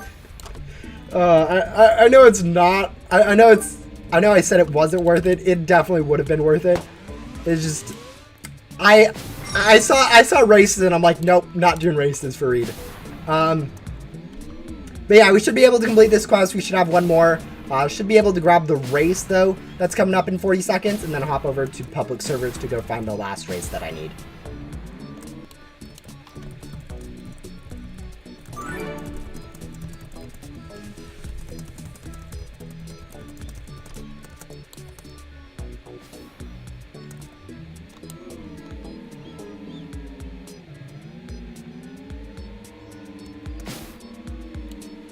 Yeah. Yeah, someone said last quest was unbox 3 rare pets, which might be a small struggle with the amount of gems we have. Like, I don't know how we're going to be able to afford 3 rare pets.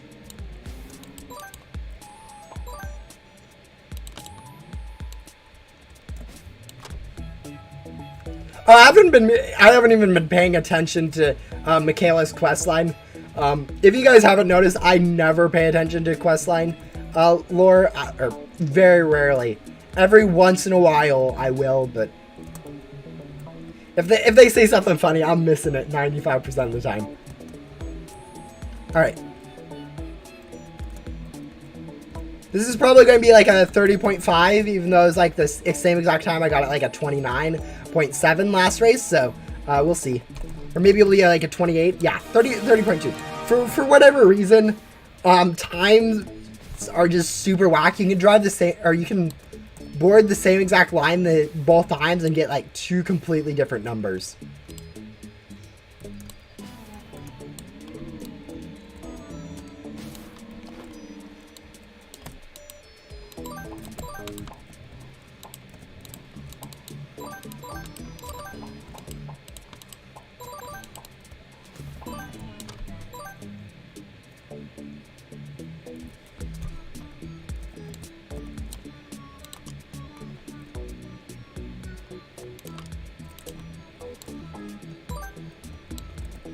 Did I say boss? Oh man. I probably did say boss of the thing. Alright, there we go. We should be done with Michaela now, and now we can move on to actually doing Reed. Which if I was being smart, I would have used the gum for him, but, you know, I'm not going to worry about that too much. We will go ahead, I guess, and use some gum. And no, we won't be using dancing gum for this, because I hate dancing gum. Blah, blah, blah, blah. Now we can go find some 3 rare pets. Zoom. Alright, there we go. Yeah, however will we get 3 rare pets? Is it 3 rare better, or is it just 3 rare? 3 rare, okay. Also, we need to turn on auto-delete commons so I don't get as much spam in my inventory. Oh yeah, you do get double drops from races with the double drops game pass. Oh look, we got a bat before we got a rare. Lovely. We might be here a while if we actually need to get 3 rare ghosts. Let me go grab my auto clicker really quick then. There we go. How did that not auto-complete the quest? That should auto-complete the quest. If that doesn't auto-complete the quest, I don't know what happened.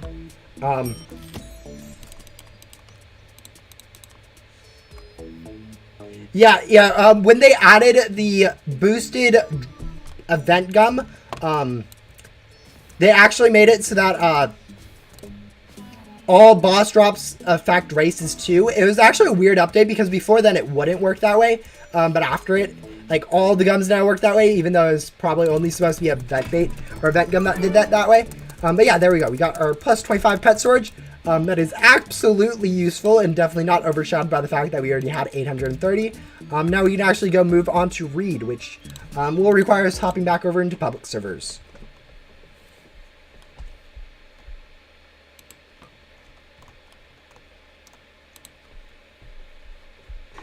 Imagine if Highest got a rainwave trying to get rares, lol. Yeah.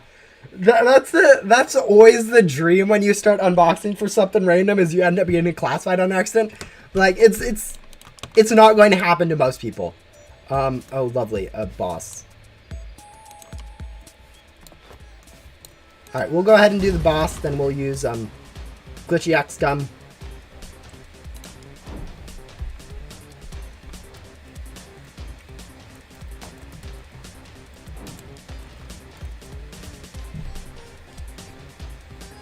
Funny you say that's how I got my twister. Yeah, for most people it's not going to happen that way, but every once in a while there is someone who's like, oh yeah, I did it. And that's the interesting thing is, like, you always have this bias that it will happen to you at some point, and it never will, but someone it will happen to, and they will be thinking that same thing. So, saying it won't happen to you, eventually I will be wrong with someone. It's just weird.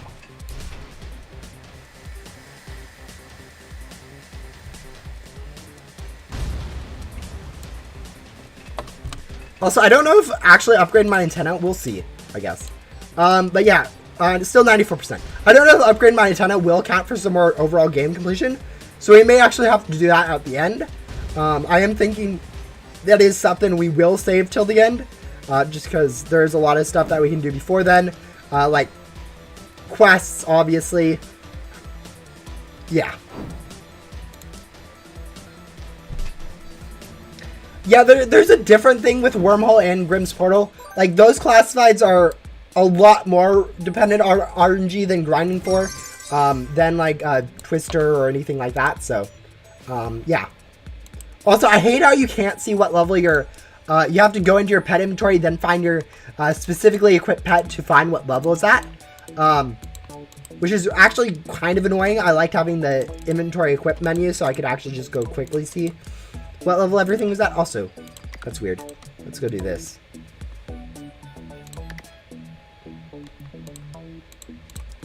Also, hopefully that didn't unequip my, oh. So that's what I need to do. Update, use.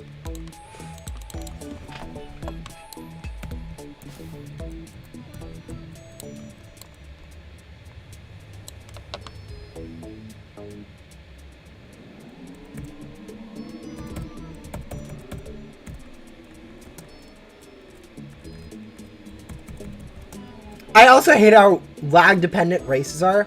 Like if I ever drop down to like a 2 frames per second, I'm actually moving at 2 frames per second on everyone else's screen. And so you just end up like instantly losing if you're at all laggy during these races. These races are a mess in my opinion. But yeah, it should be. What in the world?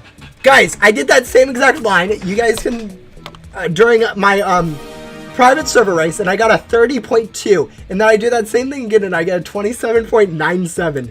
Like, these times are just stupid, inconsistent. Also, we need to now use gums, and, yeah. We're going to have to do it, guys. Which means we need to go turn off our sound because it's annoying. There we go. No sound. There we go.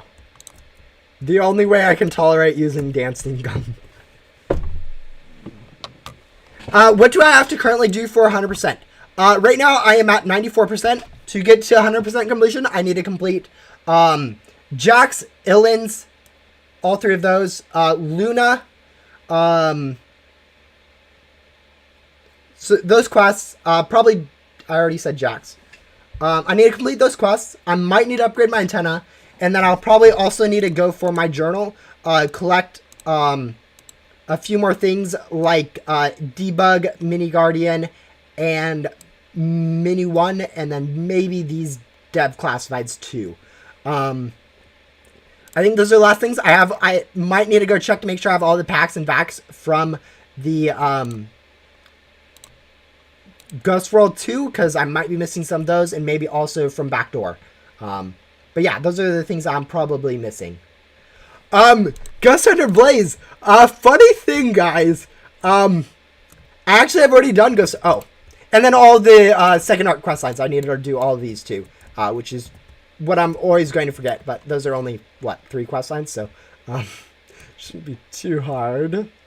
Those are going to be a pain to do. Why am I using Dancing Gum? I am using Dancing Gum for this quest for Reed, so, yeah, but I've actually already done Ghost Hunter Blaze here, so I don't actually need to do Blaze again, which is great. Yeah, I'm working on Reed. Even though he is a permanent quest, I haven't done him yet, so I need to do him again. Or, need to do him finally. Alright. Alright, guys, sound can come back on. We're done with Dancing Gum. 3 crate keys? Okay, that's not bad, I guess. But, boop. Why is this quest dialogue so long? I swear Reed has the longest dialogue. Rings. Alright, this shouldn't be too hard.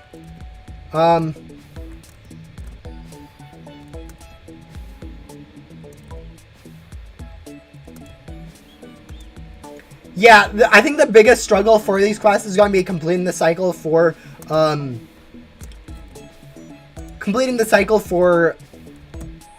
Jack's quest is probably going to be the longest single quest we have left to do. I think I may have already done Billy. I don't know on Billy. That's like the one quest I'm not sure whether or not I've done. No, I've done Billy. Look at that, guys. So I need to do, I also need to do, Allie, Gab, Liz. Yeah, those 3. Just need to do those 3. So yeah, that's 1, 2, 3. Not cleaning this one. 4 Luna, 5 Jax, 6, 7 Illins,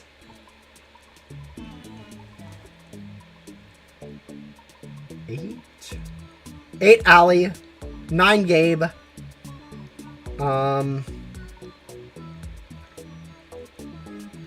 yeah, I think that's 9 total quests that we need to do after this one.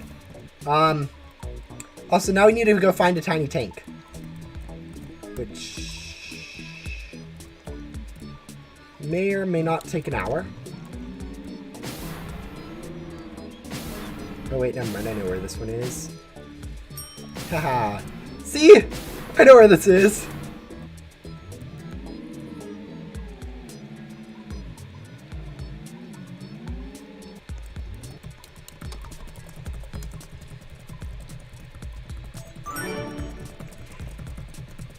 Yeah, Blaze of Victoria. Honestly, though, the page that you're looking at for those two, they have a lot of combined quests on them. So, like, Blaze has Agent Blaze and Ghost Hunter Blaze on him. Victoria has 3 quests. Ella probably has the most quests if you're going based off that. Yeah, it's a... using wiki page size isn't 100% accurate, just because of how much combination stuff we do. But yeah, Ella has 7 quest lines. Yep. No, she's lovely.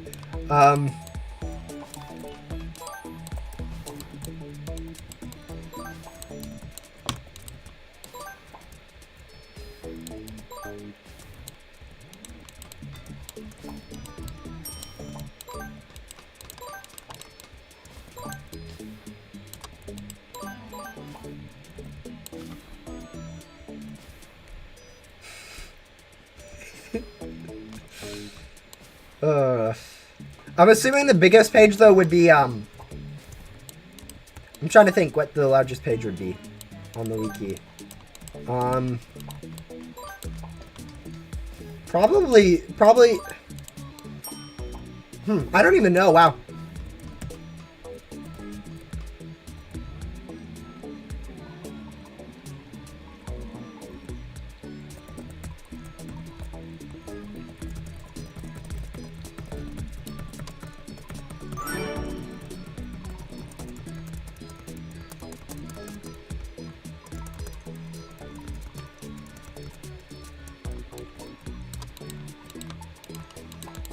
Yeah, this quest and like these quests are going to be pretty much the same as Michaela, which is why I was kind of sorry that I didn't decide to just suck it up and do the race quests for a read early on, because then I could like double dip with these quests, which would have been nice.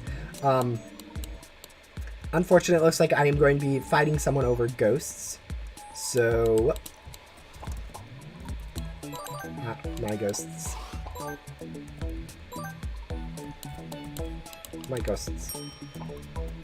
Alright, now we just need rat ghosts, so we can kind of just ignore all the other one ghosts.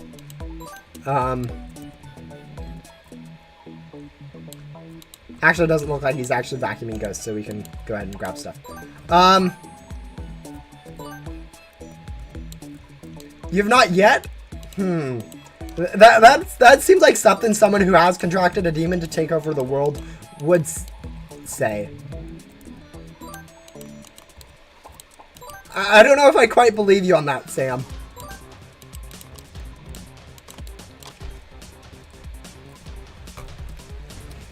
Why is sometimes these rare ghosts just so annoying to do? Like, for most of Michaela's casts, we were able to do the 10 and 20s that they had, but now this 10 is just taking forever.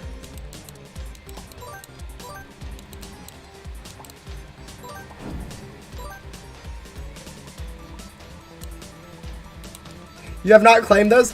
Yeah, I still have some stuff staying in my inventory, like the first and... Yeah. Yeah. All of these lovely stuff. I have claimed it from the first event, don't worry guys, I'm not that far behind, but second and... or last 2 Christmas events, I have not claimed my stuff from it, so they're just chilling in my inventory. Okay, how is there no rare rat ghosts here, guys? Seriously. All I need is 1 rat ghost to spawn.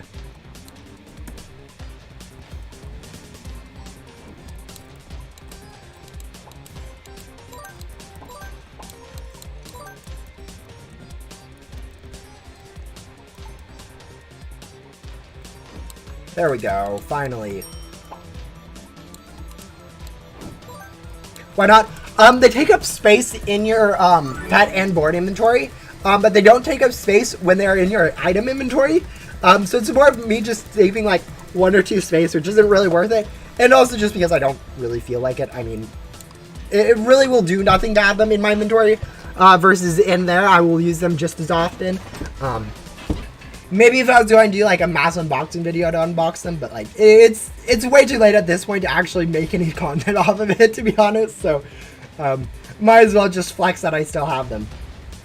I use my alts for storage. Yes, I do have an alt with the 500 storage pet completely filled up with like 750 pets. So yes, I have used my alt as storage. It's just they're already full, so can't really use them as storage if they're already full. I have way too much stuff at this point in Ghost Simulator. All right, we'll go ahead and sell. And now we're going to be doing a hoverboard, our race. So we'll go ahead and I guess use a vent bait to go ahead and get myself a free race, and then we'll probably server hop for the next two. But yeah.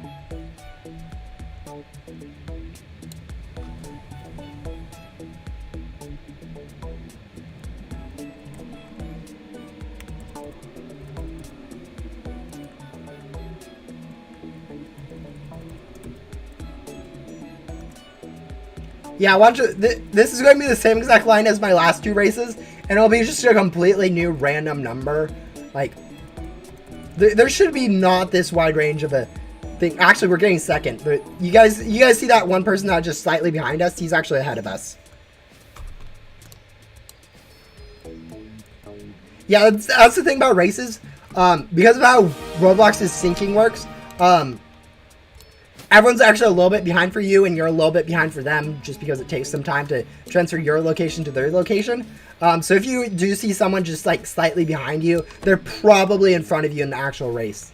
But yeah, actually I prefer second place loot bags just because I don't have as many of them. Like I have like a billion first place loot bags, so it's actually, I actually think third place loot bags are the most valuable race loot bag. I don't think I'd trade first place loot bags for third place loot bags. But I do think that third place loot bags are a little bit rarer. I think the main thing I don't want to trade that is just because I need the chances at getting this classified, whereas you don't really need the chances at getting that godly. But yeah, now we'll go ahead and server hop for the last two races. Alright, so open all the loot packs. I'll be opening all the loot packs at some time in the future when I decide to go use the glitchy rift gum. Maybe when I'm going for the next classified, I'll go ahead and see how many gems I can get from that. Make a small video using best gum in Ghost Simulator. Do all that clickbait stuff because it is the second best gum, because there's no enchanted rift gum, which is better than glitchy rift gum. But yeah, we'll ignore that for now. I'm sure people don't mind a little bit of clickbait. Also, ugh.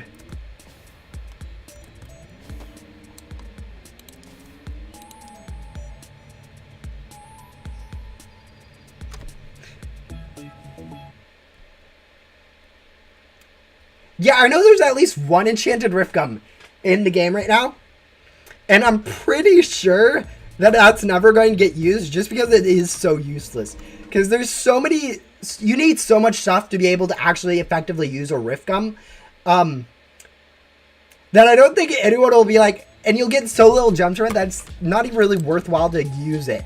Like, you're just so much better off saving it or trading it or holding it as a hostage than actually trading it. Also, I think this is the server we were in before, so we're going to go ahead and server hop.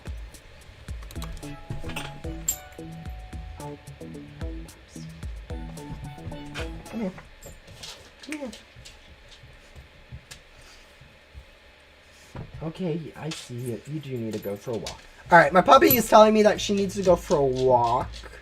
I took her on one right before. I think we'll go ahead and go back to main hub, see what the timer is, and then let her out really quickly, because she definitely does need to go outside. Enchanted glitchy rift gum.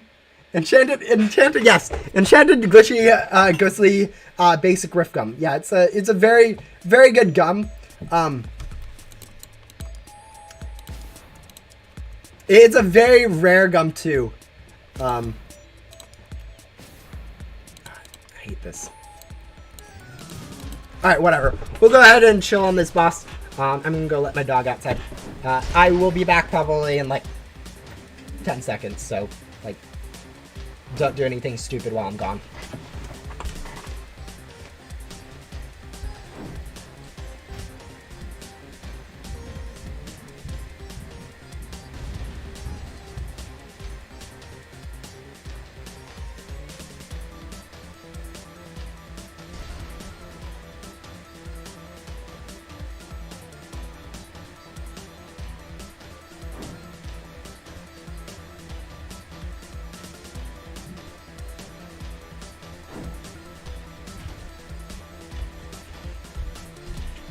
Yeah, this is what everyone hates about out bosses and races.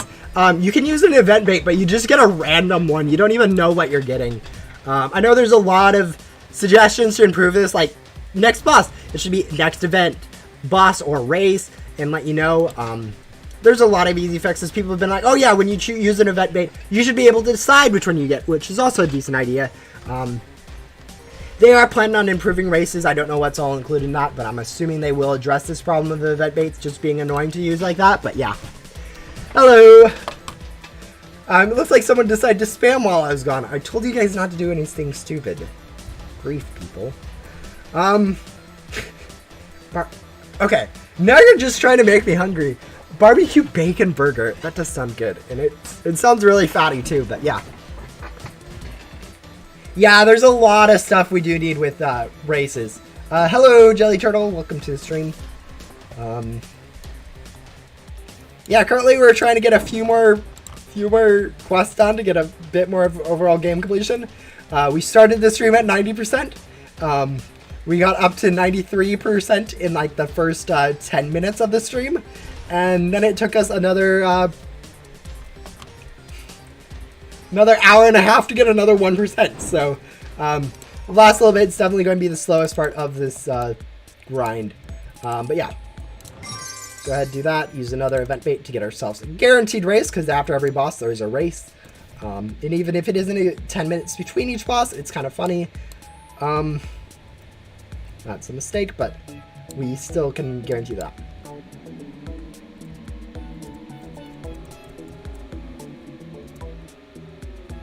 Crafting item system? What do you mean by that? Oh, we're in a poll. Yep, poll. As in like crafting like the pets and boards that we already have, or like crafting items into better items? The problem is I don't think we have like enough items, or really a reason why crafting items would be a good idea in the first place. We're like 5 seconds behind. It's kind of funny. Yeah, 5.8 seconds behind. Beautiful. And now we'll serve hop again. Yeah, it really... I don't know what you mean by that. I would say no. I don't think the idea you're getting out there would be a good idea. But again, I don't know exactly what idea you're getting at. So...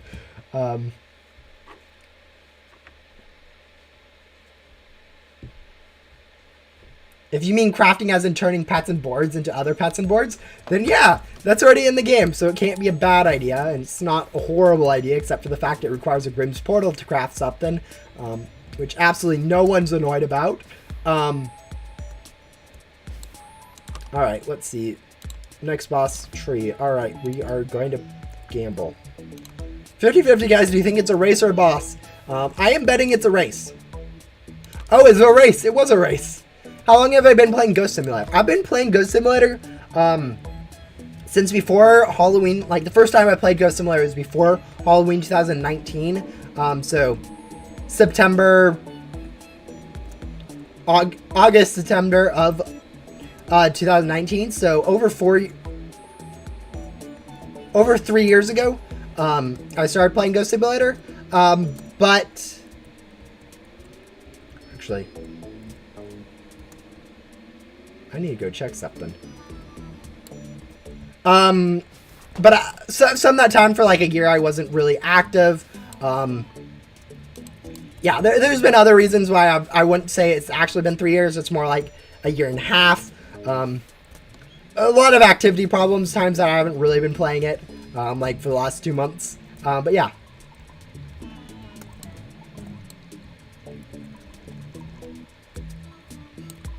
Yeah, Grimm's Portal isn't the best looking board.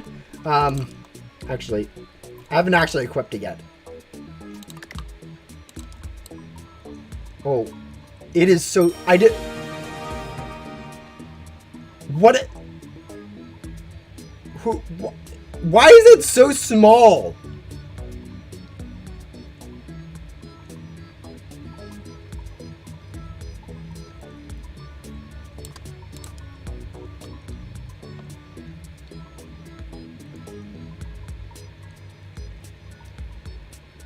Why is that thing so small? I was expecting it to be much bigger than this. That's like... I don't know. It's like space shuttle levels of small. Like space shuttle does not look that small. And then you equip something like Oblivion. Okay, Oblivion's also small.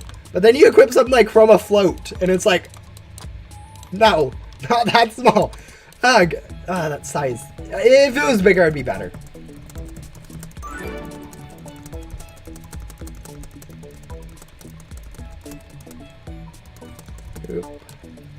Chew 5 gumballs. Alright guys, you guys know the drill. We turn off music and go use dancing gum.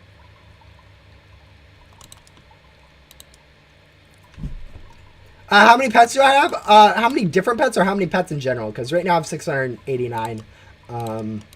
Now I have 365. 466. Yeah. But like different pets is a different story. Because I have a lot of these nice and useless pets that I probably need to give away at some point. Actually, I have a lot of these. Okay, wow. Items, use.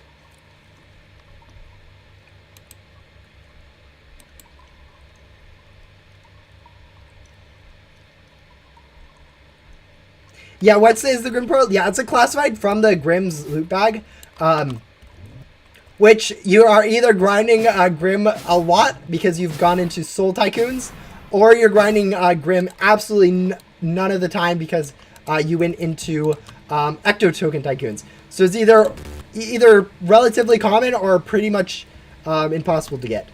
Also, we need to actually unbox some of these Wild West boss chests to hopefully get a mini one.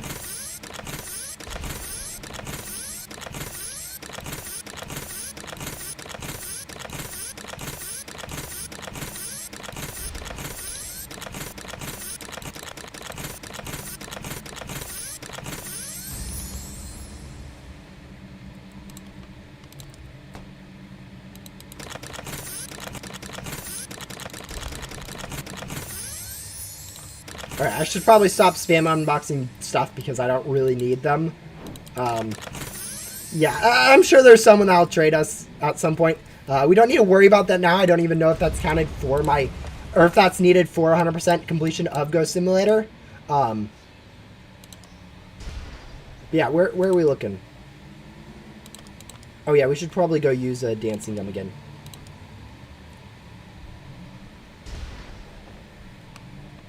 Does Ghost Simulator have a YouTube? Ghost Simulator, I think, does. I know Mackie, one of the developers, has a channel where she's posted some Ghost Sim lore stuff. But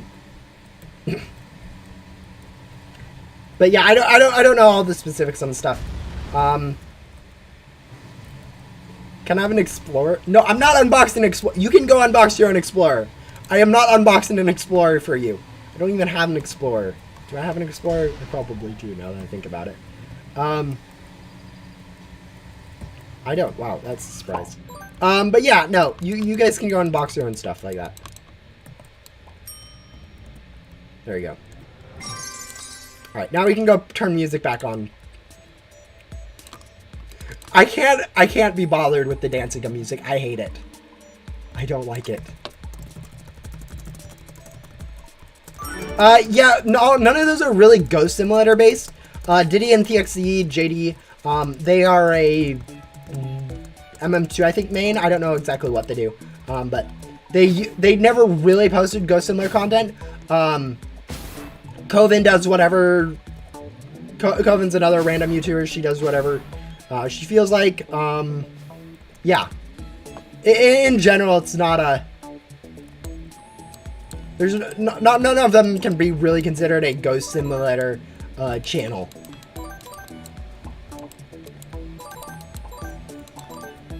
Items. Okay, we need to unequip this hoverboard. I can't see a thing.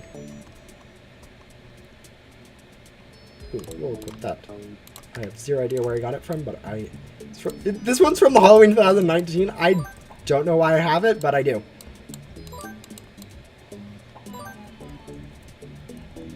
What's better in your opinion, Mystery Gum or Dancing Gum?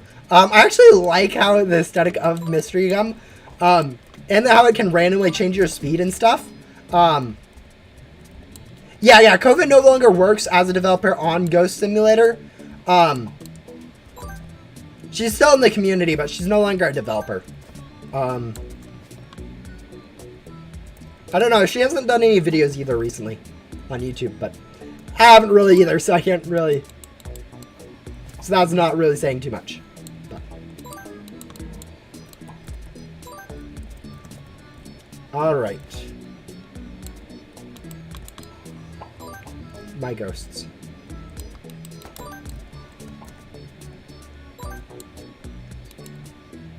Alright, we don't actually need the Zorg ghost, it looks like. We will be finishing those probably a long time before we actually finish the up.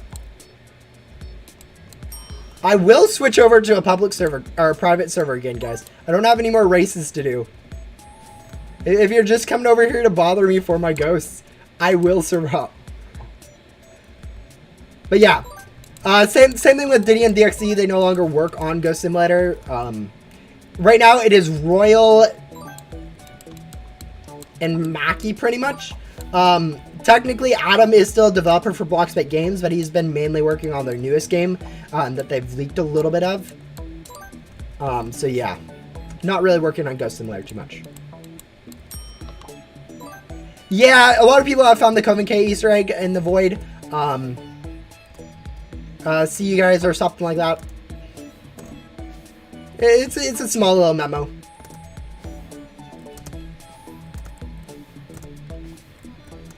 Oh, we're going to read, not, have we gained another percentage yet, guys?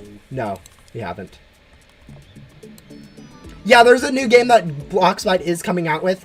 I don't have any details that I can share with you at the moment for that. Other than I did post a video recently on it. It's somewhat a shooting type game. It has some guns that they created for it. There's a little bit of information if you go try to find it. I think the wiki actually has some stuff more than I am willing to share, so look on the wiki and you might be able to find it if you search hard enough.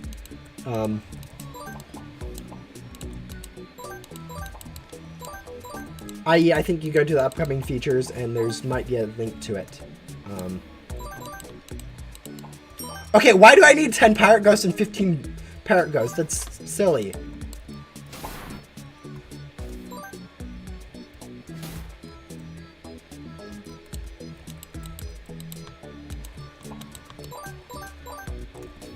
I wonder what the new game's going to be. Yeah, it's going to be a shooting type based game. I don't know whether that means, I would guess first person shooter, to be honest. But yeah. It's not going to be in the genre of Ghost Simulator, so it won't really detract from the player counts of Ghost Simulator.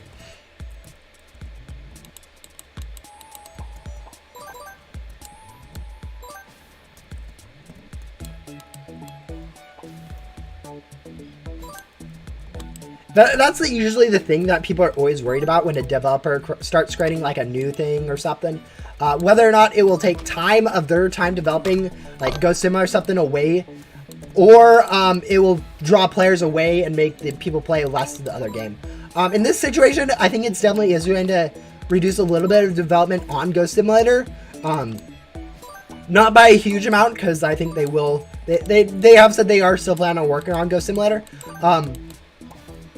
And I think, honestly, I don't think Ghost Simulator does, or the amount of players Ghost Simulator has warrants the amount of attention they're putting in anyway, so I'm glad that they are putting in the attention they are currently. So I'm not going to complain them stop putting in that much attention. I'm glad they will still be updating, but I think it's fine that they do update it less often. Just because, like, less players, I can understand being a little less overjoyed to make content for it, but yeah. Looks a little tower defense-y. Yeah, I know a lot of people have been saying that. I personally didn't think that.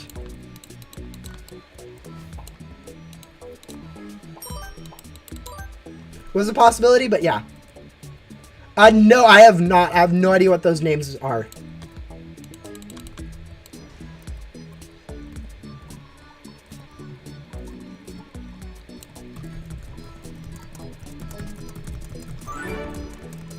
What is the Coven K Easter egg? There's a little sign underneath Coven K's island in the Void. that says, it is a small little message, like, goodbye from Coven, pretty much. I believe this next one is a boss, so we should just be able to wait this minute, but yeah. It's a small little picture and a, like, goodbye message. Yeah, underneath our island, it's attached to the bottom of it, so fly underneath it, look up, look for a white piece of paper-ish.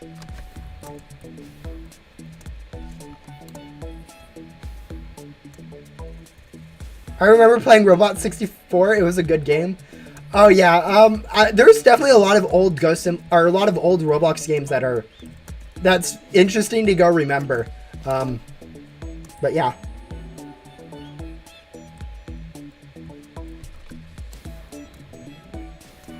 That's unfortunately how games go. They are either popular. If they become popular, they either die off because they're only popular because of someone randomly decide to make them. Oh, stupid race! No one likes races. Actually, there's probably a mini king that we can find to actually get this boss done, so we'll go find it. But yeah, usually it's become popular because like some other thing, and then it'll just slowly die because no more of that is actually being made. Like I know YouTube, for whatever reason, randomly promotes some videos sometimes. So it'll be like, oh yeah, this random video on a game gets 5 million views, and now that game's the most popular game for a few days. Among Us, for instance, it was a game before it got onto YouTube, but once it blew up on YouTube, its player count skyrocketed, a lot of development time was put into it, and then it just sort of died off. That's always how it goes. But yeah.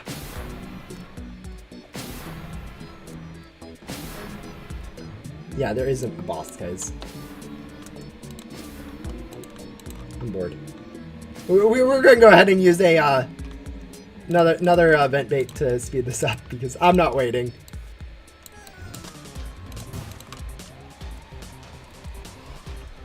Kind of just vacuumed the tank. Of course he did. No, it's kind of my fault. I'm not really coming here for long-term grind, so I'm not really paying attention to that stuff. It's fine. Honestly, that's the thing about public servers. You can do whatever you want. It's not your fault if someone else is looking for a Dino King and you just vacuumed it. That's their fault. But yeah.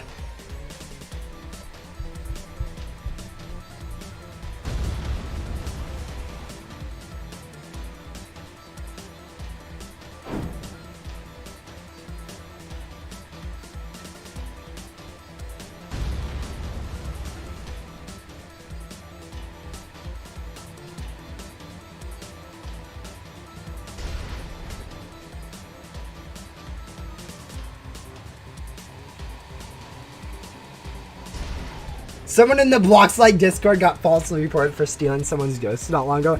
Yeah, people are always annoyed at it. I personally think it's fine. I've had my ghost stolen, and I've stolen other people's ghosts. It's part of the public server experience of Ghost Simulator. Is it annoying? Yes. Should you? No, you shouldn't be reporting people for that. It's not really how the game's supposed to be structured. But yeah, people are children here. Children do weird stuff. It's just how it is. Also, I need to go equip my gift wrap purple again because it got unequipped. But yeah.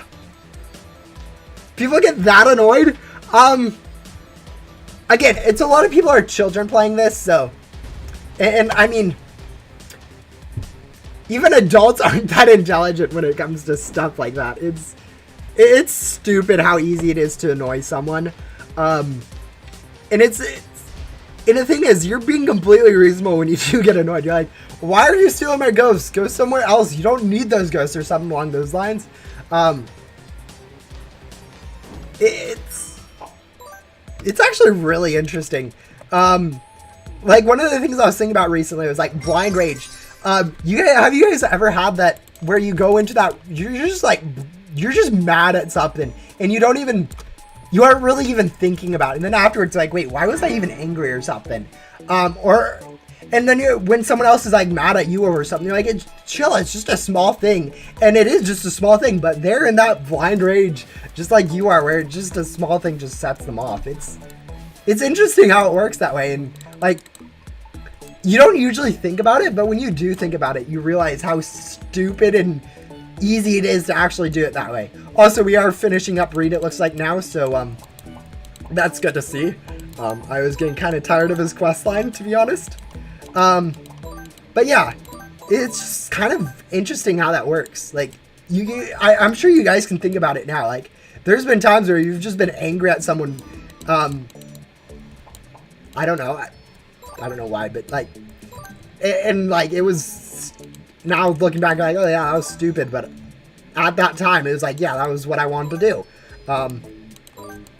And yet there's other times when someone's that mad at you and you're like, what, chill? And they won't chill because they aren't really thinking straight. But yeah.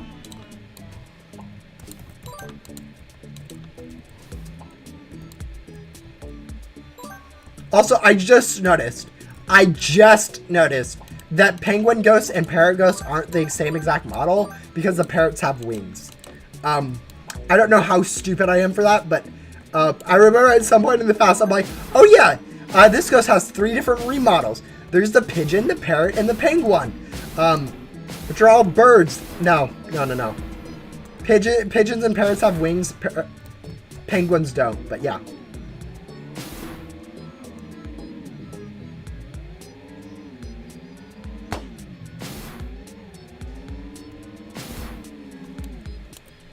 Yeah, Ghost of was super popular when it came out.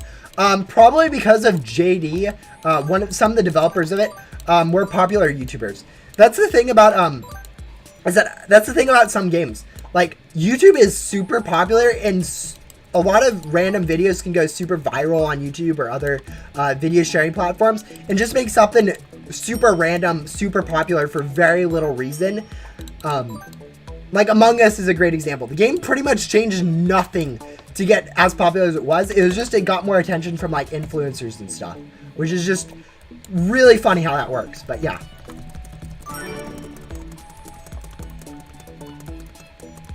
Yeah, they also had a trailer made by Xbox. They were looking at Ghost of back then, it was like, you can't really understand how the game, how in the world it was that big. But like, it used to have over 100,000 players at one time, and it had a huge active player base too. It's kind of interesting to try to figure out how it died, but because there's not really an update that I can point to and be like, oh yeah, that update killed Ghost Simulator. No, it's just been slowly decaying.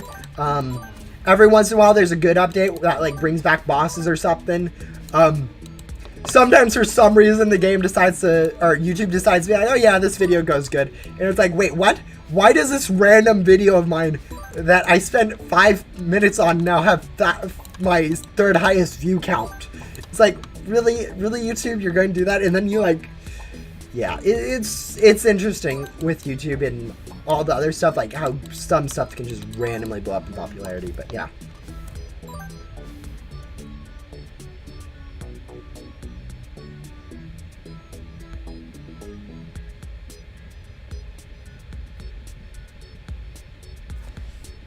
They're made by the same devs. Yeah, but Among Us was out 3 years before it became popular. It had nothing to do with the developers or anything like that, unless they like moved on to like a different phase where they actually started promoting. But I'm pretty sure it was just influencers blew it up.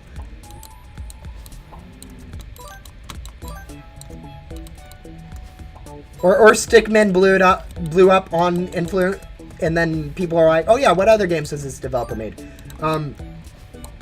But yeah, it's interesting looking back at stuff like that. It's like, what? That doesn't even make sense. But yeah.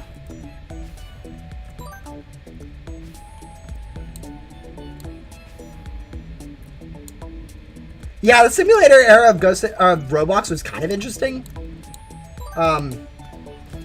Definitely a lot of cookie cutter games that are pretty horrible looking back at it.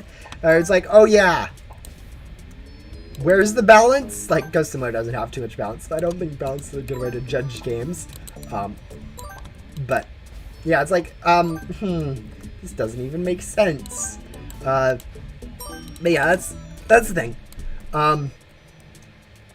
Roblox really, or like, the thing about Roblox games is like a lot of games don't ever really get popular. There's a common saying, I don't know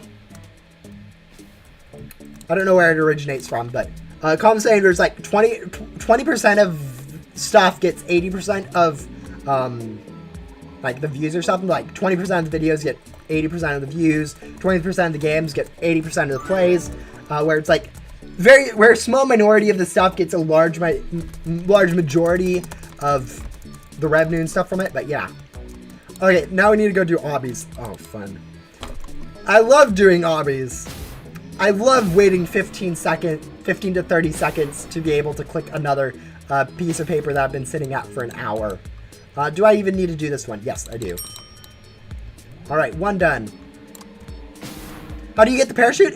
You get the parachute from Ghost Hunter Spades questline, which is in Remnant World, which you can access after you rebirth for the first time and gone back up to until level 20. Yeah. I'm not going to explain how you get up to until level 20 or get rebirth in this, I guess, because like both those are kind of complicated, but and usually most people know how to do that. But yeah. Yeah, a lot of the thing is at this point is funny to see how bad of a game a developer can push on, but because they are that developer, it can get a whole lot of plays. Honestly, sometimes they do have good games, but like, I'm trying to think of an example of this.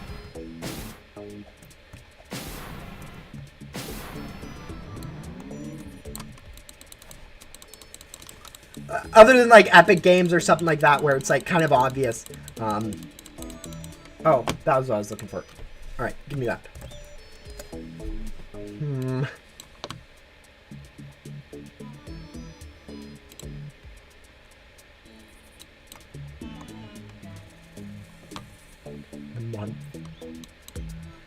That's funny. All right. Yeah. What was I saying?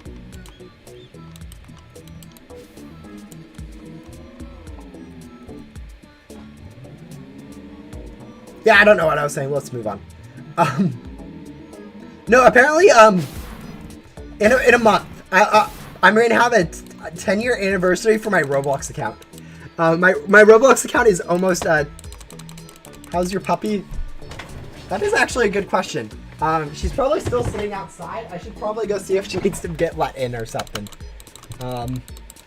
Yeah, I'll probably take a few seconds to go do that really quick. See if she wants back in.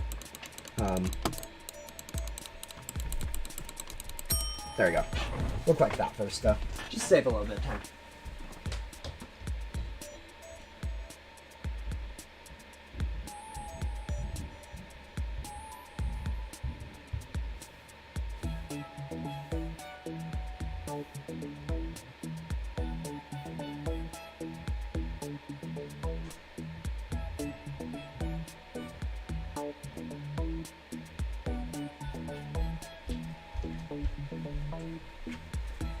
Alright, she's not wanting back in right now, so that's good. Oh, mouse is dying. Yeah, it's actually nice and warm and sunny outside right now, so I don't really blame her. She's probably laying on some grass or eating some grass or something. There's a lot of sun. It's a nice, good day outside for like middle of winter, obviously. It's not like 70 degrees, but it's a nice, good, probably like 50 degrees, 50, 60, 55 probably. Actually, let me check. Do I have the weather? No, I don't.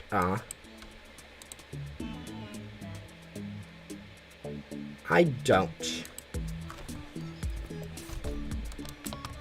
Alright, anyways, we are done with read now, so hopefully we do have another 1% game completion from this? We do not. Wow.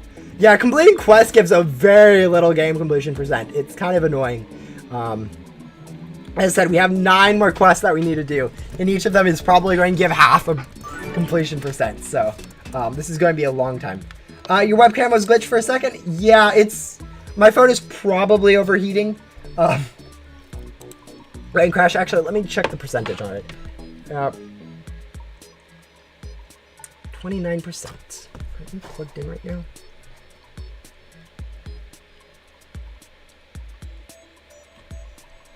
Now you're plugged in.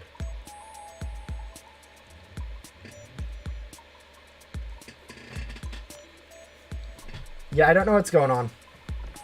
Actually, I can probably check here whether or not it's...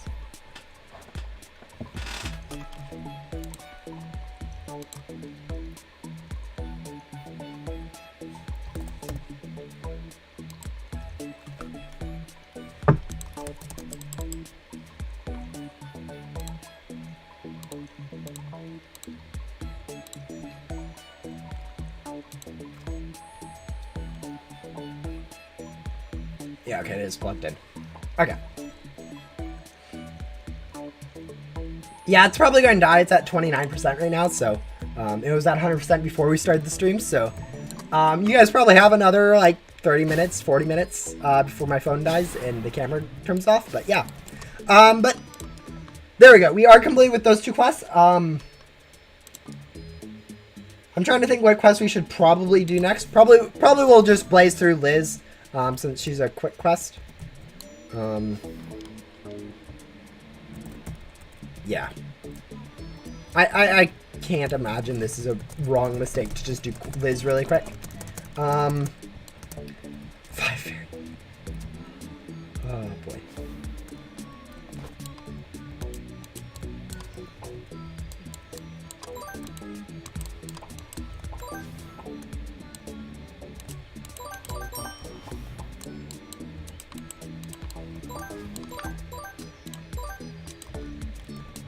Am I a friend with the devs? It is a small community, so pretty much everyone knows each other. I wouldn't say I'm friends with them. Like, I've never have talked to them really as, like, a friend or anything like that. But, yeah. Everyone really knows each other. I mean, I'm probably the most common Ghost Simulator content poster. I don't think I'm the biggest one. I think that would probably go to Preston. He's a little bit bigger, I think, but just in terms of subscribers. But so obviously they know me, but I'm a tester and an influencer, so. But yeah, it's not really friends or anything like that. But yeah, no, honestly, it's, as I said, it's a small community, so it's actually pretty easy to meet developers for games like this. If the game has like 5,000 or 50,000 active players and there's a single developer, then it's a little bit harder to find the developer or know the developer. But let's say Ghost Simulator, it's a team that's developing the game. It's actually not that hard to go find it. One of the developers are in it so far. Do I have a YouTube board? I do not have the YouTube board. What I do have is the Vlad set, which is the most recent. I think it's actually, for whatever reason, it is a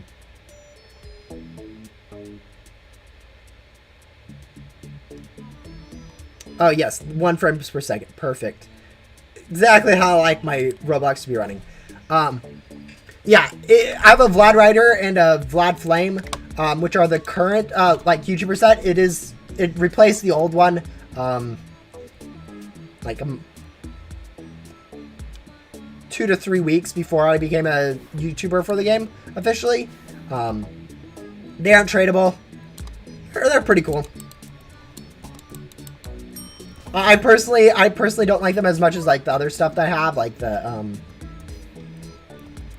Santa Sleigh or some of the other cooler stuff I have, but you do get something, so yeah. But yeah, let's see. Did that improve my percentage at all? 3 quests. No, it did not. Alright, that's 1 more quest that I have done. 8 more to go. Alright, we're probably only going to be able to do one more quest this stream. Actually, that's a lie. I can definitely do a few. Especially if I start doing, like, short ones. Oh, like, Gabe. I need to do Gabe. Let's go do Gabe really quick, guys. We're going to do Ghost Sibling. Go vacuum up to... I might just give you a reward for helping me. Alright, perfect. Ooh, nice. That was very... Thank you. Perfect. You're an expert already. Here's some rewards, some shiny gems. Thank you, Gabe. Okay, so you may have noticed your pack will get full after you collect... Ooh. Oh, yeah, our pack is a little bit full. I wonder why that was. Lovely. Yeah. What is my favorite board? Ghost Surfer is currently my favorite board, I think.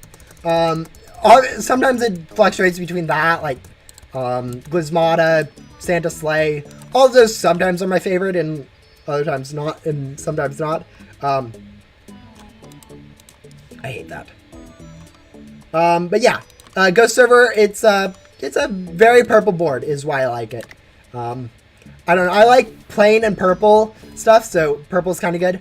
Egg Drop I like to meme about, so yeah. But yeah, Santa Sleigh is nice and big, it allows me to glitch out of areas. Spectral's a funny board.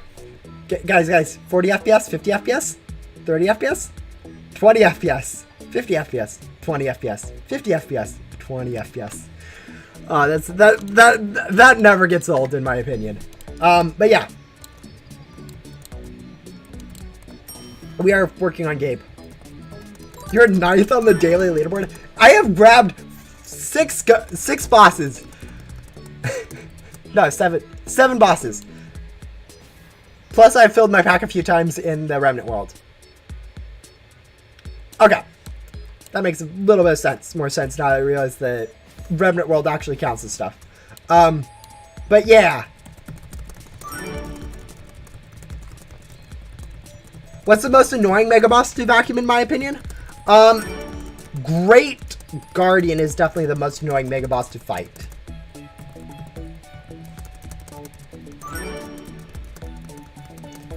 Like, you first get to it, it's a lot of new players don't understand the attacks. The attacks are very hard to actually learn, and usually players get to it, like, before they're ready and have, like, the, turbocharger ability and stuff like that, so it is kind of a pain for a lot of people. Let's see, 94% still. Shame.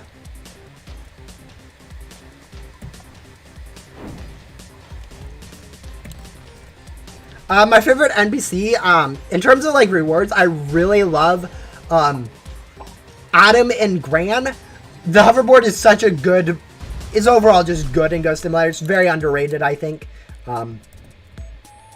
Just because you get it so early, you don't really, it's not something that people are like, oh yeah, that's super overpowered, because, like, you do get it super early. It's not like, some, like, 2 additional streams, or, better pets or something like that, where it's, like, obviously later in the game where you know how stuff works and balanced.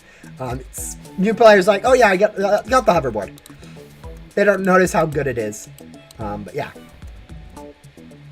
Also, I think we'll go ahead and do Luna now.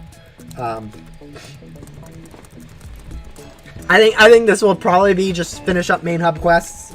Just makes the most sense, I guess, since we are here.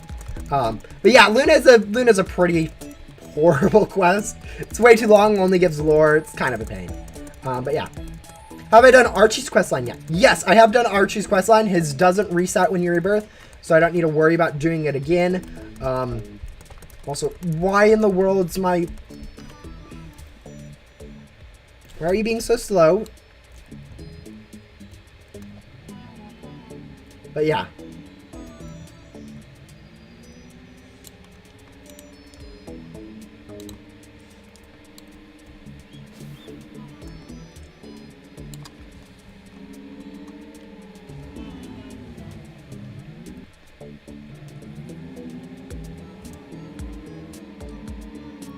Yeah, I've done Archie's quest. If I remember correctly, it's not that hard of a quest, very similar to Luna's, but you only have to do it once, so that makes it a lot better. First clue, done. That's it. Agency, blah, blah, blah. Yeah, we're just going to go ahead and just go... Oh. Blaze through these quests. Definitely not get stuck on one that requires me to go grab a specific boss. Yeah. Yeah. Adam because of the hoverboard. But Grant's, I might be a little bit biased about Grant's hotkey perk. It is a really good perk. It allows you to grind using gum so much easier without having to access your inventory every time you want to use the gum. But I might be a little bit biased because it is my idea of a perk. It is legitimately, devs are like, hey, what perks would you like to see in Ghost Simulator? That was my suggestion for a perk, and it got into the game. Yeah, just redraw until you get... Yeah, server hopping is one of the most OP things when it comes to getting bosses in Ghost Simulator. Getting specific bosses is kind of annoying. But really all we need to do is get like a crab boss, and then we'll event bait. I just don't want to be doing like event bait, wasting it a lot on nothing, but yeah. What's my favorite area?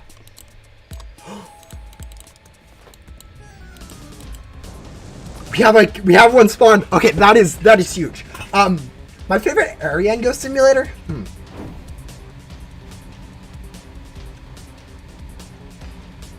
I really love the structure of Backdoor, how it mirrored main hub. That was just super cool. I think if you're talking about just a specific area,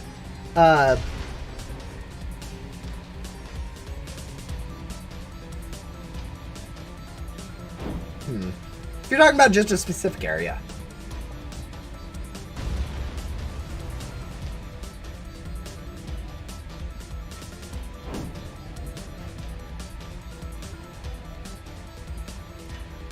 Barn is actually a really cool area. It has a lot of random offshoots that just go nowhere, and it's kind of funny. It's funny and useless, but kind of funny that it has those extra areas. I think that'd be, if I had to select one area as my favorite, would be Barn. Obviously, there's some other areas that I'm not thinking about all the areas, but yeah. Yeah, I got super lucky getting this mag boss set. Like, when you come in and see the boss that you need on like your second server hop, it's a really good feeling. Yeah, I mean, we're still going to need to do a lot of quests for Luna. Actually, let me go check to see what Luna's quests are left, because I have a feeling... these 12 quests aren't going to be as... Luna... Perfect. I love 1 FPS.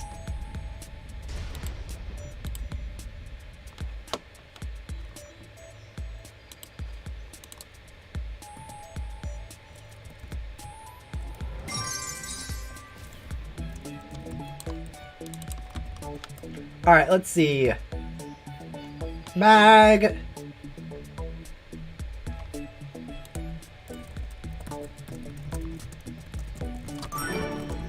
Newspapers, hammers, sheriff's doubloons.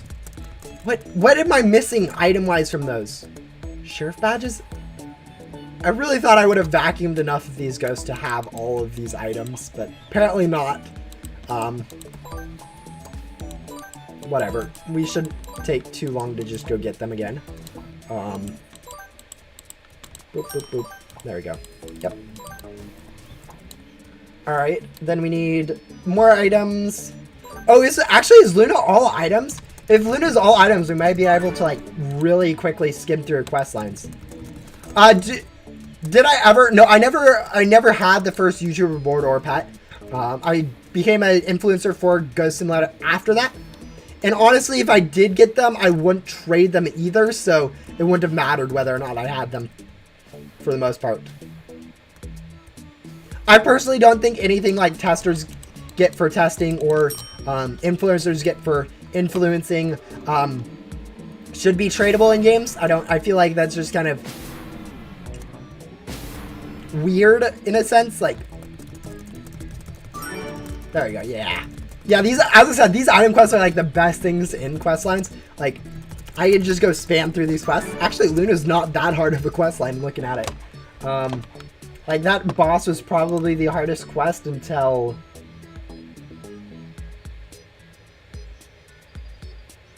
Yeah, no, that boss is actually the hardest quest in this whole entire quest line. That is silly. I really thought Luna was more difficult than that.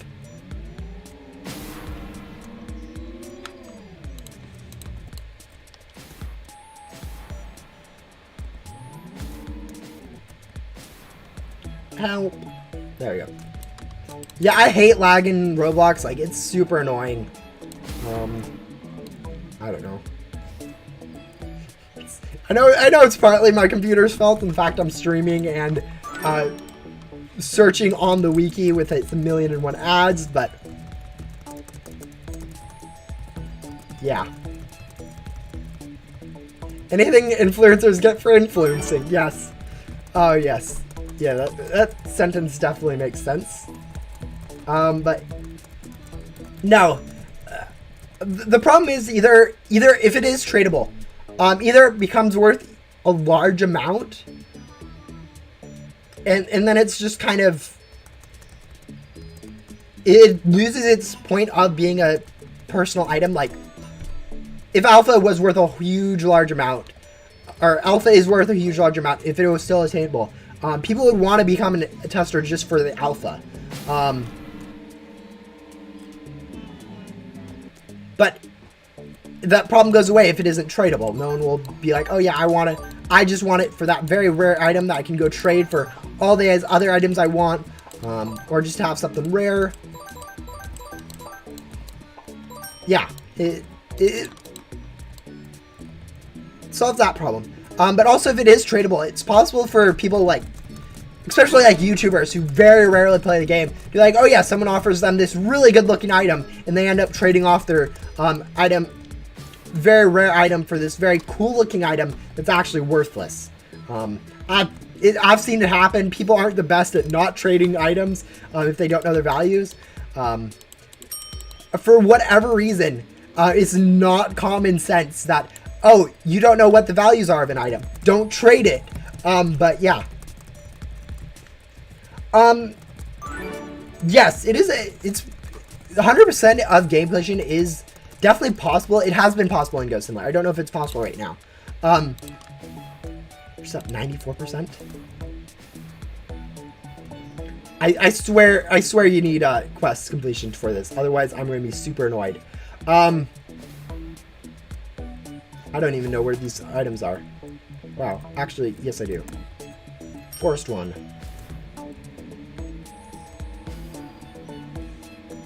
Block City one. Oh, the Junkyard one.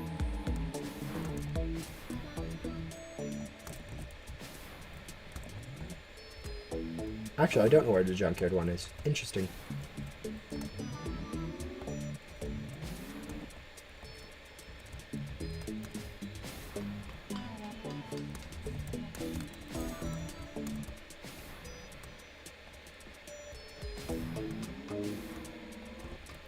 I might be here for a while, guys. But yeah. What was I saying? Oh yeah, the 100% game completion in Ghost Simulator is actually like really, it's been really broken in the past. One point, whenever you join backdoor, it would display negative nan parentheses infinite or something like that. It was just completely broken, the calculation they did for it. But then they also, at one point, every time you switch servers, you'd actually gain a small percentage. So you could literally just server hop between like Main Hub and Ghost World and get up to 1,000, 2,000, 10,000% game completion. There's been so many weird bugs with the game completion. I don't even know if it is possible to get 100% or if you can even get more than 100% on the circular platforms.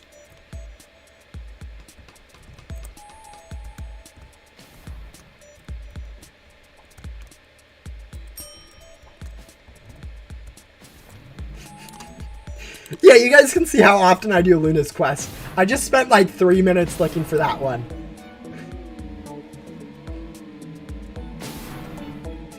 And then I finally need to get help from you guys to actually find it.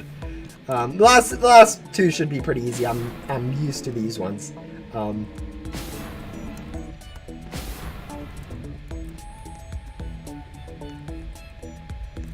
There we go. Remember, yeah, some of the quests I do have all the items memorized. Like Leo's, I know where all of them are. Yoko, I know where all of them are. But like, I never do Luna. Unbox 30 pets. Oh, seriously? You're gonna make me do this again? Oh, it's a race. No one cares about a race.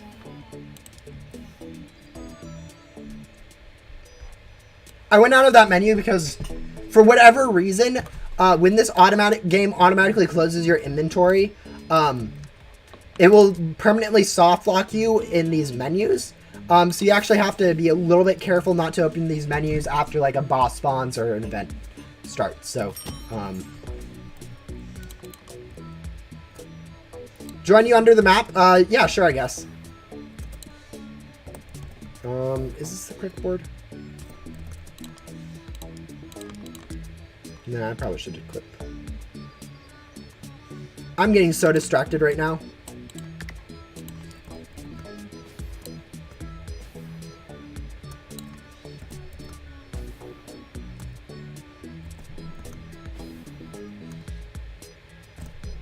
There we go.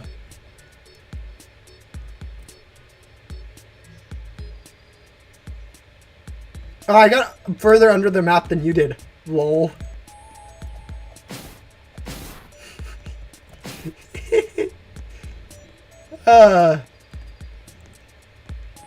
Oh, there's a little space there. I see.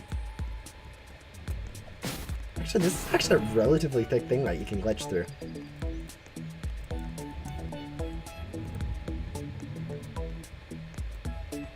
Alright, anyways, we need to go turn in this quest, though. Yeah, I know the party room still exists. You can actually still get into the party room through the roof, like how I did it. There's nothing there, though. There's no NPCs. Nothing to actually interact with. But, yeah.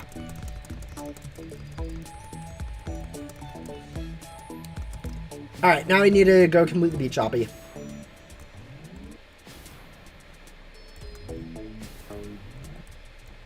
Yeah, I've found it before. I've done it on stream. Alright, there we go. We are done with Luna now. Luna's actually a really easy questline. I may need to move Luna up on my questline tier list, because, like, that was a 30-minute quest. No, that was like a 15-minute quest line.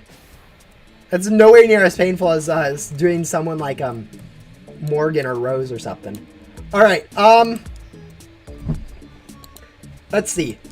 I have a few more quests to do. I have a few more options on quests I can do. I need to do Jax, Jillian, Villain,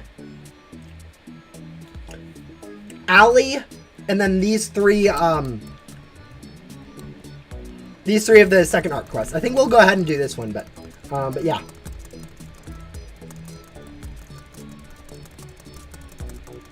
Why does this have so much dialogue? Ag. So yeah, I have a, what was that? 3, 4, 5, 6, 7? Yeah, 7 more quests that I need to do. They're probably like a total of 2% of my game completion percent. Which is kind of annoying that it's that small percent. I'm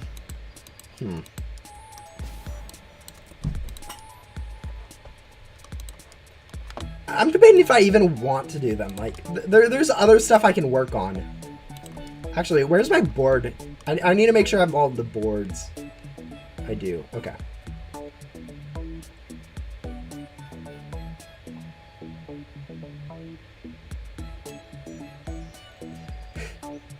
Do all 7 today?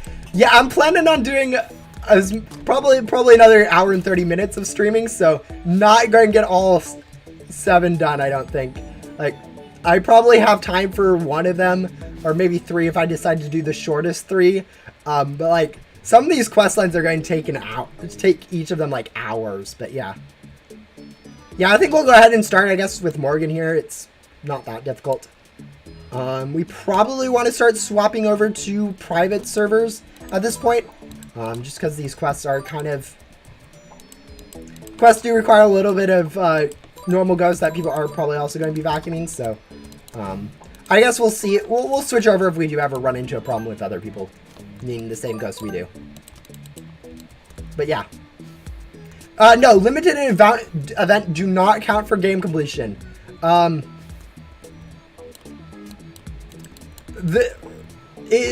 doubt they do. They shouldn't. But they might. I don't know how devs would have coded this, so I don't know the code. I don't have access to that, so I can't say for certainty they don't. But I'm fairly sure they don't, just based off like how much game completion I have and how many of these I'm actually missing. Like, I don't think I would be able to get 94% with all of these missing. The one things that I do think that does count, though, is your normal index. And I am missing at least these 3 from my normal index. And maybe even these 3. I don't know if these dev classifieds do count. They probably do. And if they do, I might have to negotiate some trades where I just trade for something and trade immediately back. I do have some dev classifieds to offer if people aren't actually willing to do those types of trades, but usually people are, especially if they're also missing the ones I have. So yeah, we'll see. We'll see when we get there. For now, though, we are going to pick the low-hanging fruit, i.e. doing getting the most possible percentage for the least amount of work possible. But yeah. Yeah, that's the thing. I'm pretty sure I'm just going to go ahead and get a mini one from someone else, because like I mean, even if someone isn't willing to just swap and then swap back with me really quick, I'm sure they would be willing to take mini crab, mini sludge, or something else that they're missing for their index for it, or worst case scenario, mini king, because I have way too many of those, or Cloud Blaster, Lore Master, any of these fun stuff for it. So even if someone isn't willing to do a swap back, I'm sure someone would be willing to take a really unbalanced trade for it.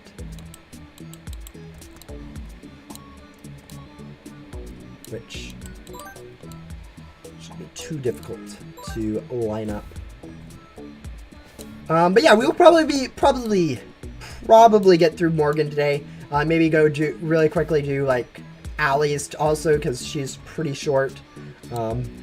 If you guys can't tell, I am putting off doing Jax's and Illins and stuff like that, but yeah.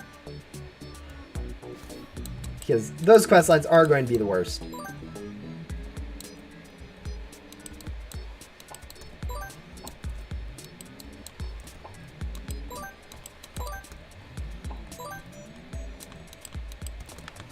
Also, why does this quest require 20 rare ghosts and 15 normal ghosts?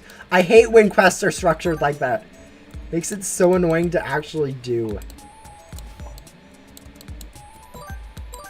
I wish quests are a lot more balanced, is I guess what I'd like to say.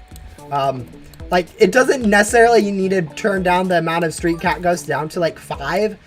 Just make the amount of business ghosts that you need like 30 or 40 or something, so you can actually complete them both at similar times. Like, it'd make the quest like 10% better or something, without making it any easier. But yeah, there you go, done with Morgan. First quest should be easy, next quest should be upgrade like your antenna or something. No, not upgrade your antenna? Interesting. Blah blah blah, blah blah blah, collect something. 2,000 ectoplasm. Wherever shall I find 2,000 ectoplasm?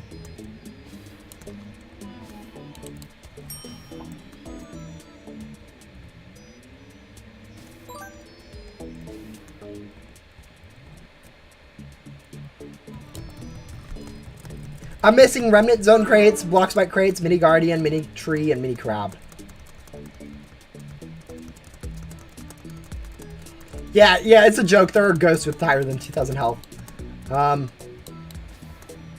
Open a pet crate 3 times. That sounds like Puppy's home. Someone let her in. 1, 2, 3, I guess? I don't know. Maybe Morgan doesn't know how to count pet crates. There we go. Now there's the antenna upgrade. But yeah, the hardest part of these quests is going to be the vacuuming ghosts. I do believe it starts to stack up a little bit longer, so like the next one will be like 30 ghosts and 25 rare ghosts or something like that.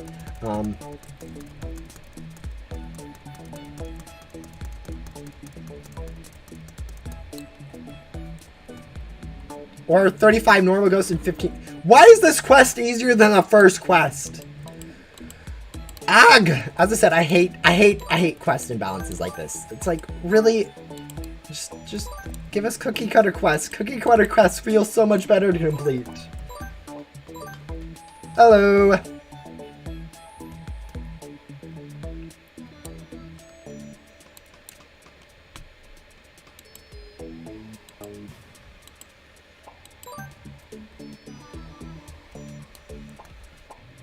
Yeah, I don't know why the Ghost Simulator is lagging right now a lot, but it is, so we'll live with it.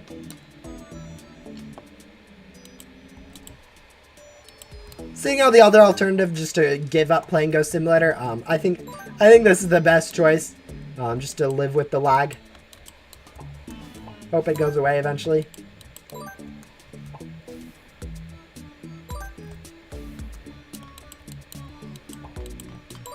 Megan, an idea? Yeah, right now I'm working on getting my, oh! We actually went up 1%. My overall game completion, which is viewable in your inventory, here from 90%, which it was at the start of the stream, up to 100%, which will take a while. I know I've got 5% and it's only been like 3 hours now, but like the last 5% is mainly very long quests that I have to do, so it's going to be kind of a pain to actually do that stuff. But yeah, we're working on getting this number up. I don't know how high it goes. It may be like capped at like 95 or 98% or something stupid like that. Because there's been so many problems with game completion percent in the past that I wouldn't be surprised if it had problems in the right now. Same reason I wouldn't be surprised if it went up to like 105% or something. There's many possibilities with this game completion that I don't know what to expect. Hopefully it at least goes up to 100% so I can complete this challenge. But yeah, overall this will probably be a two or three stream part, or 2 or 3 part stream where I do end up doing some more in like a week or something, do another stream, then another stream, to just get the last few quests done. But we'll see. I definitely have made a lot more progress today than I am in the next little bit, so a lot of it depends on how hard quest lines are. Like Luna is a lot easier than I was expecting. So if a lot of quests are like Luna, where they are a lot easier than I was expecting, then we may end up blowing through them much quicker. But I don't know. We'll see. Yeah, there's only a little bit of luck I need, and that's like actually in regards to like some of the journal stuff. Because if you guys don't know, you do need to complete your indexes. And if these 3 count for your index, they're actually going to be pretty much impossible for me to get, unless I just go do some trading for them. So, yeah. I would need a little bit of luck to actually go get those items, or a lot of luck.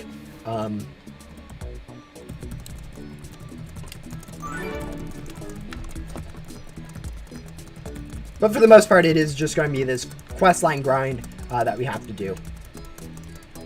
We may actually have to upgrade our antenna too, but we'll cross that bridge when we get there. Scam people for dev classifieds? Yeah, you know, that's actually a pretty good idea. Except for the fact that I would probably get banned immediately for scamming at all. The idea would be to actually go find people with those dev classifieds and either trade my dev classifieds for them, which is a fair trade, or quickly swap dev classifieds and swap back, so that we both get a little bit part of our index filled out. It's a system. It's one of those things that I'm planning on doing later. We'll figure... that part of the index is a little bit of a different grind than what I'm doing right now, so, yeah. 50 tires? Why don't I have 50 tires already? Okay, whatever.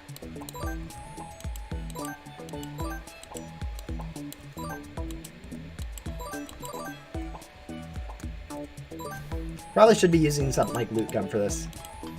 Because, yeah, I probably should have been.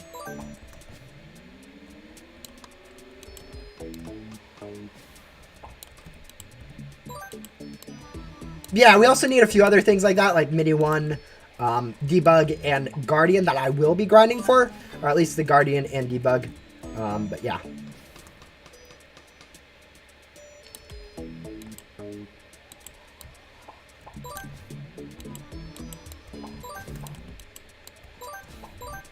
Yeah, I am doing his questline. Hopefully it's not too long of a questline. I haven't looked at like this one, but like, I was actually pleasantly surprised I did Luna earlier this stream. Luna's questline, I know I've said it's bad. She actually only takes like 15 minutes to do. 50% of her quests are find item quests, and the other 50% are mostly item collection quests. And so pretty much 90% of her quest line is just auto completes. Like the worst quest she has is actually getting the dragon boss in the volcano, which is super easy if you can get a dino boss. And if you can't, you just hope and pray that you can server hop into one. But yeah. Yeah, he has 15 quests. I am currently over 50% of the way there, so probably another 30-minute quest line, which is actually kind of quick. I was actually calculating that pretty much each of these second arc quest lines would take like 2 hours, or take an hour, but it's looking like it'll actually be a lot shorter than that.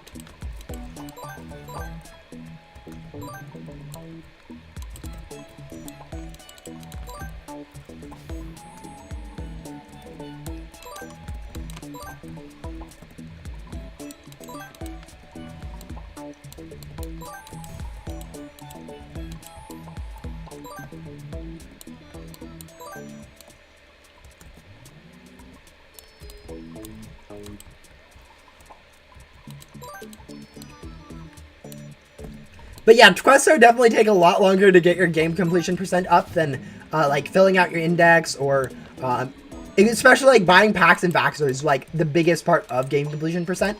I bought 8 packs and vacs and increased my my completion percentage by like 2.5% or something. I don't know, it was at least 2%, but I don't know whether that's rounded down or up, because like you don't get to see your point percents.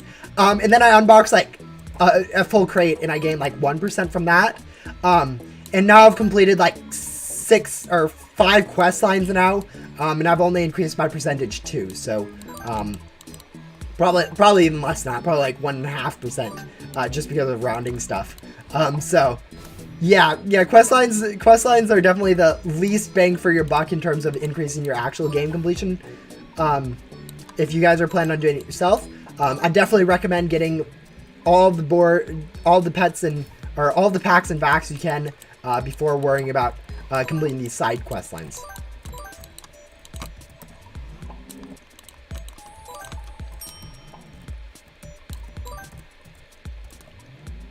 But yeah, I'll probably get up to 96% today, then like 98% next stream, and then probably 100% after that. So probably 3 streams based on how quick these quest lines are actually going.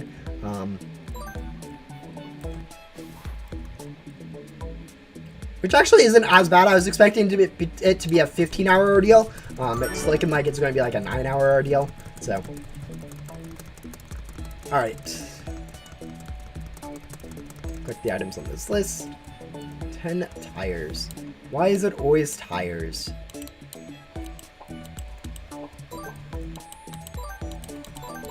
There we go. That was not enough tires. There's enough tires.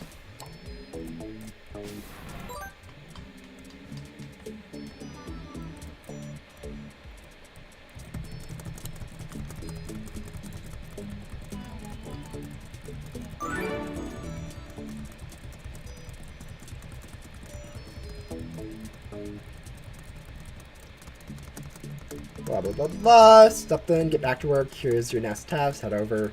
Document some ghosts. Lovely.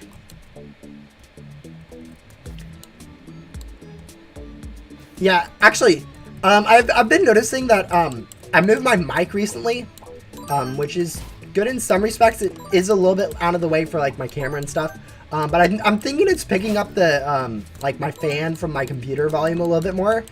So I don't know. Are you guys noticing like a soft whir when I'm not talking, or even when I am talking, like a little bit of a sound that isn't like come from Ghost Simulator or anything like that? And if you guys are, is it bad, or should I figure out how to fix that, or is it probably fine? I don't know. Not really? Yeah, I don't know. I did a little bit of reorganization before I started this stream because I noticed it on some of my previous recordings and stuff, but I don't think enough to make it... My voice is a bit quiet? Yeah, my voice, according to OBS, is usually where it's at, where it's hitting red a little bit.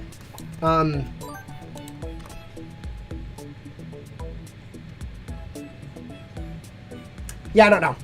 It looks like it's the same as normal. But I know I'm probably not doing ideals for my volume stuff. I know every once in a while my mic picks up like maximum and caps out, and for whatever reason that's like usually when it's like recording stuff, but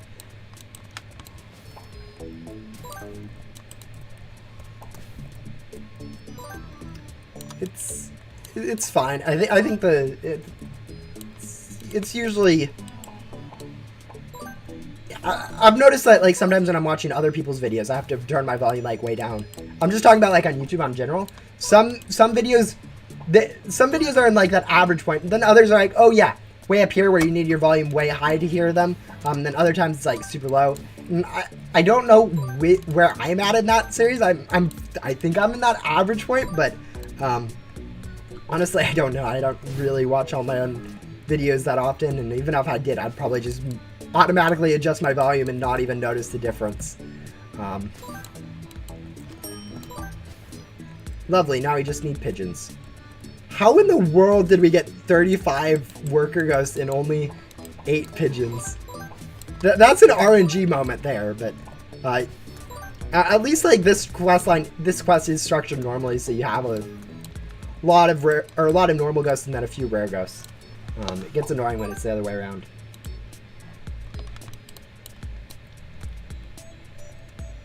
Even with the earbuds, it's hard to hear sometimes.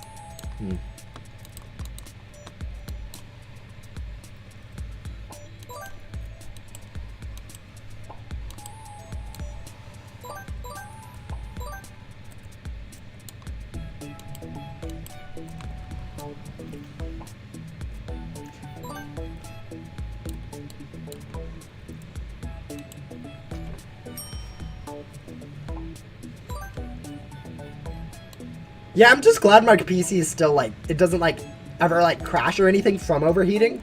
Because I feel like I put it through a lot whenever I'm doing these recordings or playing games or something, because it gets up super hot and then it crashes like the FPS to like cool itself down a bit. So it's kind of funny. That the spikes and stuff, like right now we're working fine, but like a few minutes ago I was barely hovering at like 2 FPS.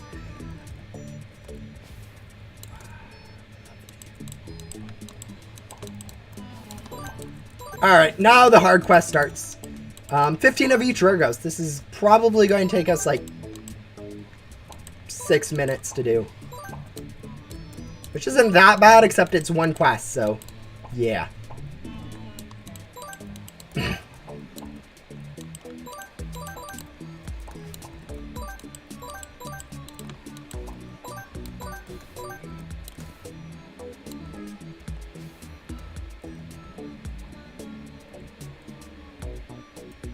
Super. I don't think that's... I don't think games are supposed to intentionally crash Roblox. I haven't read Roblox's terms of service with that, even though I have kind of spent some time making my own game. But I expect that intentionally making your game crash Roblox is on the list of do not do's in Roblox's terms of service.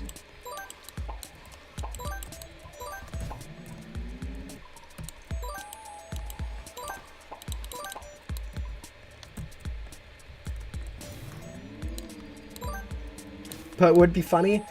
Yeah, I don't know who would find that funny. I would find it really annoying if my Roblox actually crashed when I wasn't like unboxing on purpose. But yeah. Yeah, actually, since you last left, we did get another 1% game completion, so now we're up to 95 instead of 94%. So we are making progress. I can confirm that doing these quests has helped our game completion percent. Not much, but it is a small amount, and at this point, a small amount here and there is kind of all we need.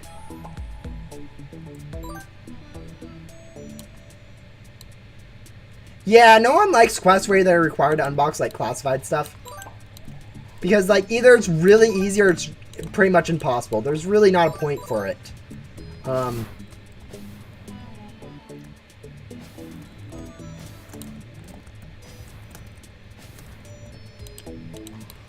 Honestly, it's pretty much like those quests that require you to go collect 300 gems and then they reward you 300 gems. It's like,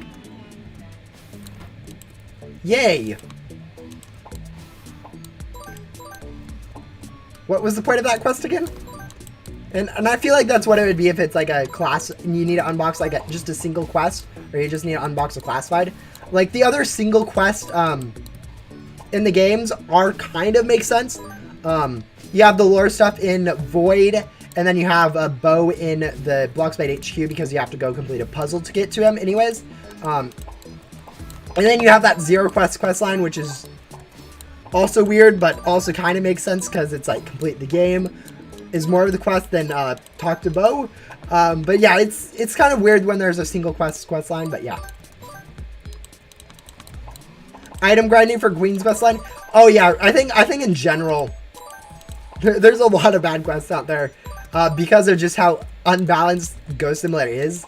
Like Queen's quest line for me wasn't too bad. But I was also running absolute max on everything through the entire quest line. So the fact that I struggled, like, it took me an hour or so or an hour and like a half to do that quest line. And I was limited by my item collection, even though I was running 8 times item drops. Really goes to show just how bad, how long that quest would be for like, how badly structured like item drops are, because, it was balanced for me, but for anyone else, that would take 8 times longer, and that's insane. Like, it's one thing to go from 15 minutes to go through backdoor to 3 hours to go through backdoor. That's one jump. But to go from 1.5 hours to 8 hours to go through something, that's just not how a game should be balanced. All right. We should have our pigeon ghost this time through. Assuming we have at least one pigeon ghost spawn up here. I shouldn't have said anything.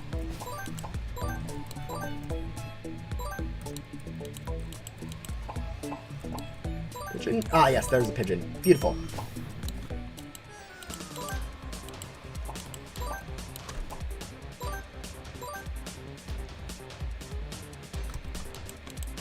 Oh, you meant that it contains a classified unboxing quest, not just only one quest? Yeah, that's the thing about unboxing classifieds. Most people can't actually easily unbox a classified. So, like, most people would just permanently sit there not done. I mean, that is generally fine for quests. Like, if you look at race quests, they are that similar story where it's like, oh yeah, you don't actually need to worry about doing it. But I feel like most people would be kind of annoyed to have a quest that they can't do. Or even make progress on, because you just need to get super lucky. You need to be able to make progress on a quest, in my opinion. Like, that's kind of why some of the quests just feel super annoying. Like, the complete indexes feel super annoying sometimes. Because you get to the last part and you're like, I've been making progress. And now you just have to pray to you get lucky. It just always feels weird. And it's just that times like 1,000. If you make it a classified instead of a godly you're hung up on. But yeah.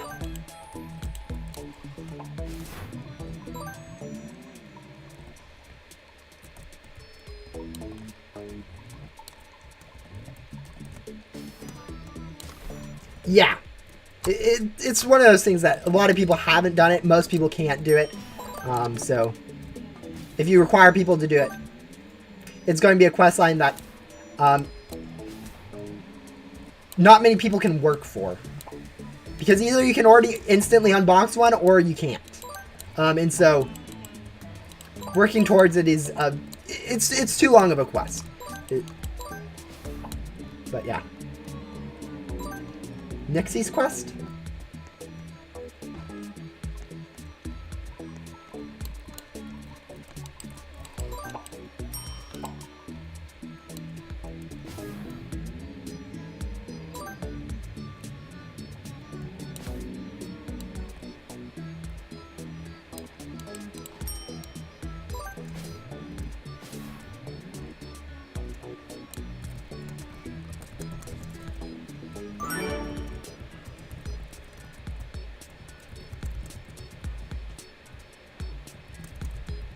Board storage questline.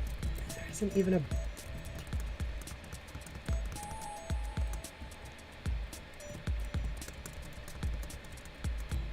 Nixie? There isn't even a Nixie NPC. Are you talking about Michaela?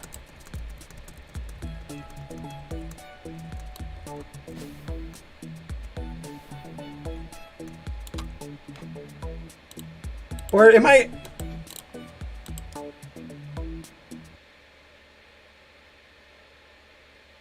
Oh. Uh-oh. Uh-oh. Was there an NPC that was added that I don't even remember about? My goodness. Nixie, is that actually an NPC? Are you trolling me right now? Am I being trolled?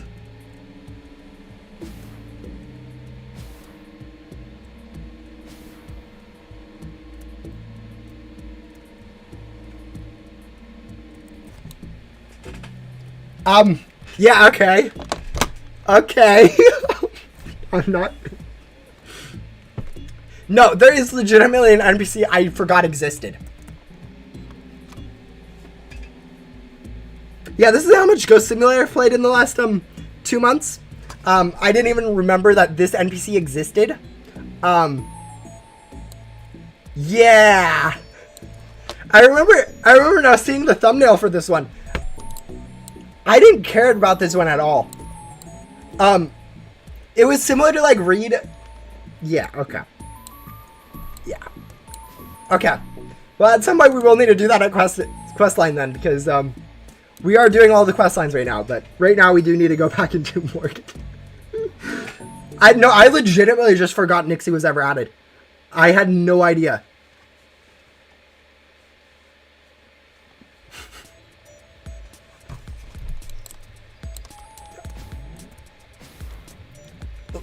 Like, this entire last month, I haven't known that she existed.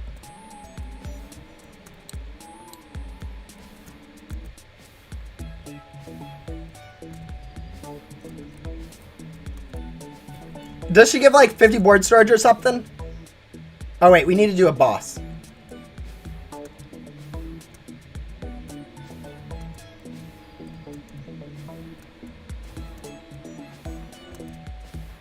Alright, yeah, there's a boss.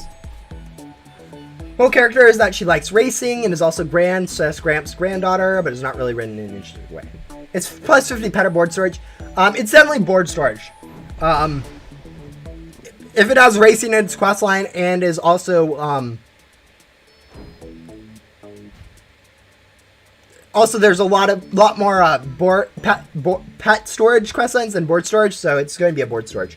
But wow, that's the fact that there was an entire NPC added in Ghost Simulator I'd forgotten about is hilarious.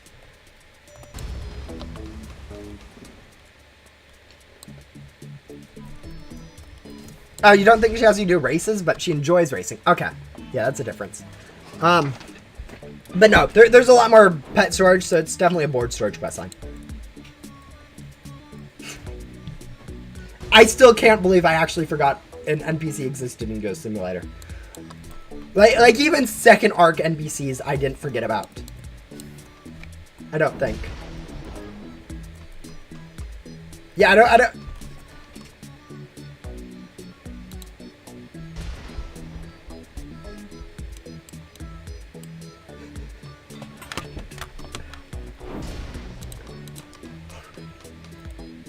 Do I remember Poseidon? Yeah, that's an event NPC. That's different. That's like asking me if I remember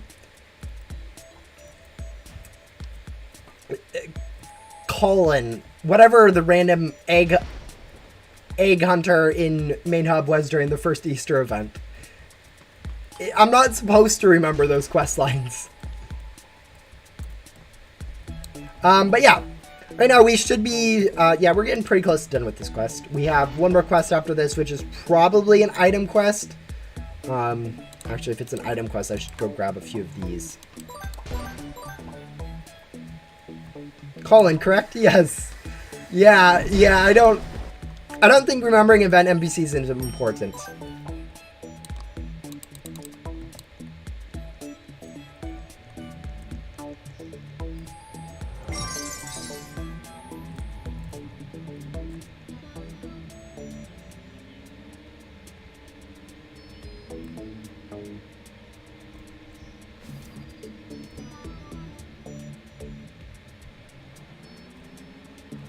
Bye. Alright. Yeah, probably once we finish this quest, it's probably a good stopping point for this, stream. We have done about 3 hours worth of work today, so, that's a pretty good amount of progress. We've gone 5% completion percent up. Really? Really? I didn't realize this quest was horrible. But yeah, we've gotten 5% game completion percent. We have a bit more that we can get, I guess. Yeah, I guess we could go get debug really quick. How many items do I have again? 94. Oh, I thought I had 100. Getting Mini Guardian might actually be somewhat difficult. We'll probably have to dedicate a whole stream to getting Mini Guardian.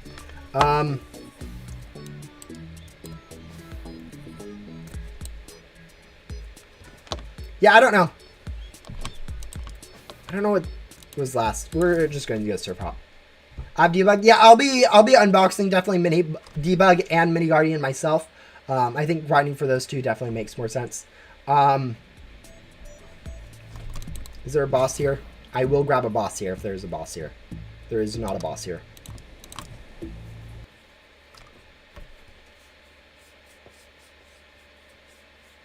Yeah, it makes more sense for me to grind for those myself because they're easy enough to grind for myself and don't require RNG, really. So, unlike something like, what's the other one I need? Oh yeah, DevCall Acidifieds where I need a lot of RNG, or Mini 1 where I would need a whole lot of RNG to actually get it.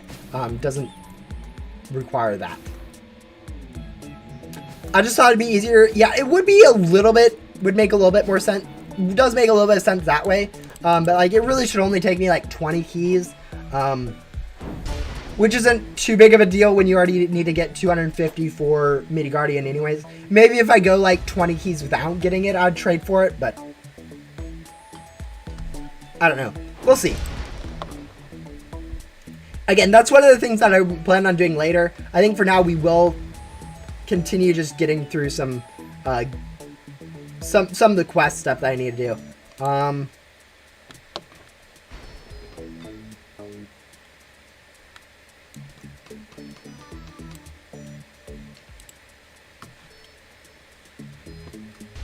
But yeah, I think once we complete Morgan, we'll go ahead and stop the stream here. Next stream we'll probably continue with doing Rose and Ella, then Nixie. Hopefully I won't forget Nixie by that time. Then Jillin. Actually, just a second. Yeah, okay. We also need, Hans. We also need to do Hans. That's a quest line I forgot about. But yeah. Rose, Ella, and Hans are the only ones I have left to do in main hub. We'll finish off those 3, then move on to Ghost World. We only have 2 to do there, I think. And then we'll move on to Backdoor, which will have Gabe for us to do, Allie for us to do, and I think that's it. So 5 quest lines? 7 quest lines. 7 quest lines. Oh, and Jack. So 8 quest lines I still need to do. Okay. And that's assuming I haven't forgotten another entire quest line. Willen? Yeah, okay, also Willen. Yep. 9 quest lines.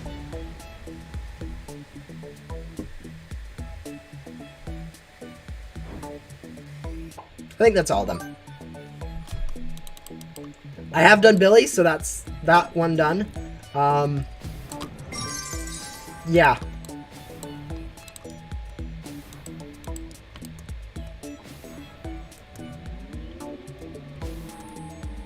Archie and Cheshire don't reset on rebirth, so I have done them already. I've done Shelly, I have done Ace, I have done Leo, I have done Yoko, Fern I've done, I think I've done Fern. And Gatekeeper I definitely have done.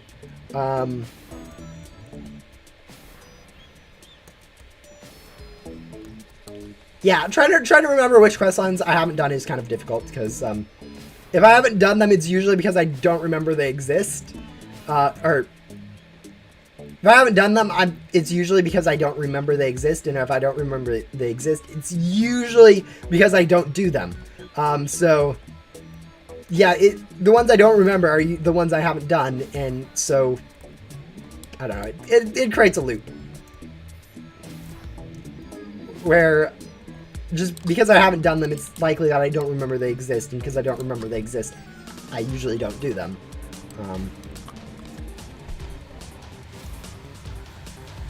Alright, yeah, this is our last boss. We'll go ahead and do this, and probably not gain a percentage from this. I can't imagine, with having 9 more quests left to do after this, that completing 1 more quest will give us another percentage, but maybe it will.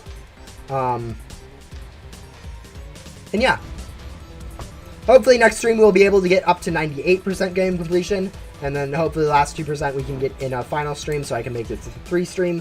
But we'll see. We will see.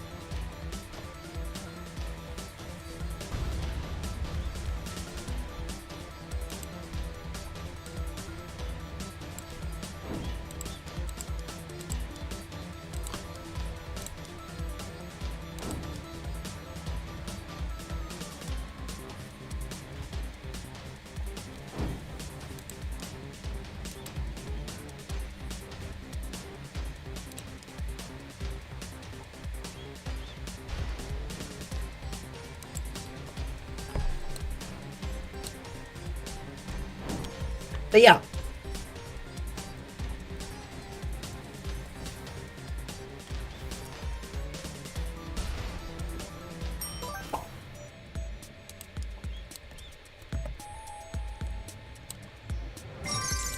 we'll go ahead and turn in this quest and then see, and then just go ahead and end the stream there. I don't know, this person said they wanted to trade, so I wanted to see what they... Oh, is my inventory full? No, it's not.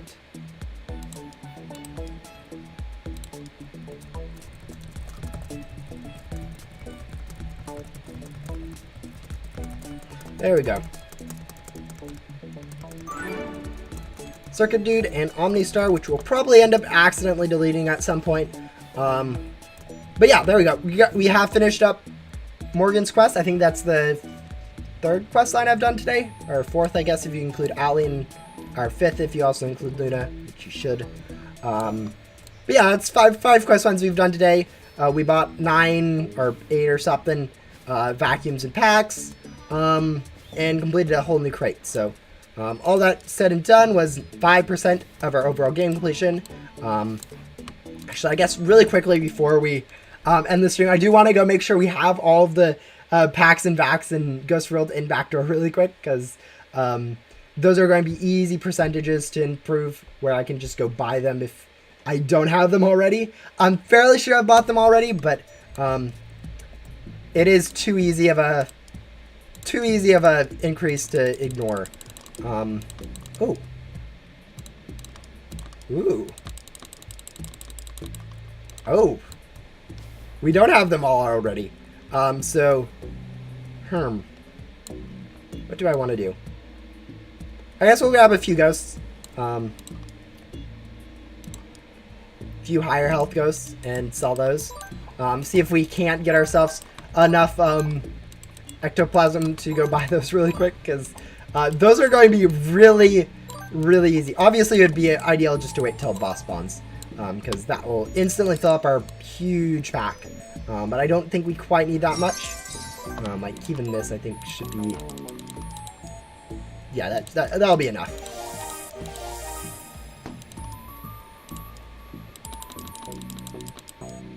There we go.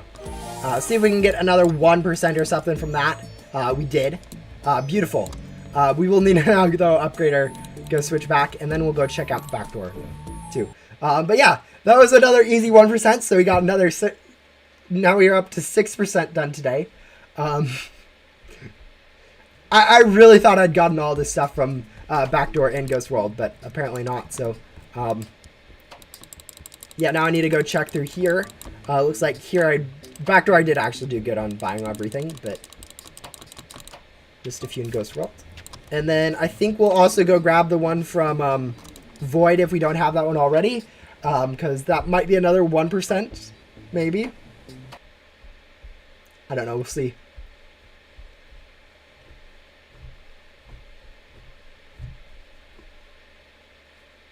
But yeah, this has been definitely a productive stream for that increase in game completion. Maybe not in terms of like actually working on, oh, do we have these both? Nice, we have them both, okay. Perfect. All right, then we're actually, I think, good to go for this stream.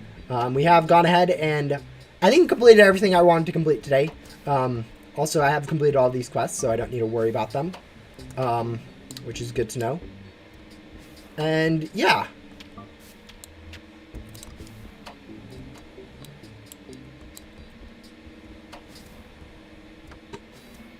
Yeah, I'll eventually switch back to Remnant Pack.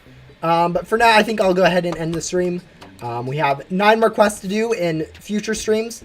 And also need to unbox 6 or get 6 other things in our index. And that should be all 100% game completion that we need. So yeah, with that said, thank you guys for watching. Hopefully you guys enjoy this. Maybe I'll be making this into a video of some sort where I just go through it all, but I probably won't. But yeah, with that said, I think I will just go ahead and end the stream here and see you guys. I don't know. See you guys next stream when I work on getting the other 3. Other 9 quest lines that I haven't worked on. So yeah, see you guys probably in a few days.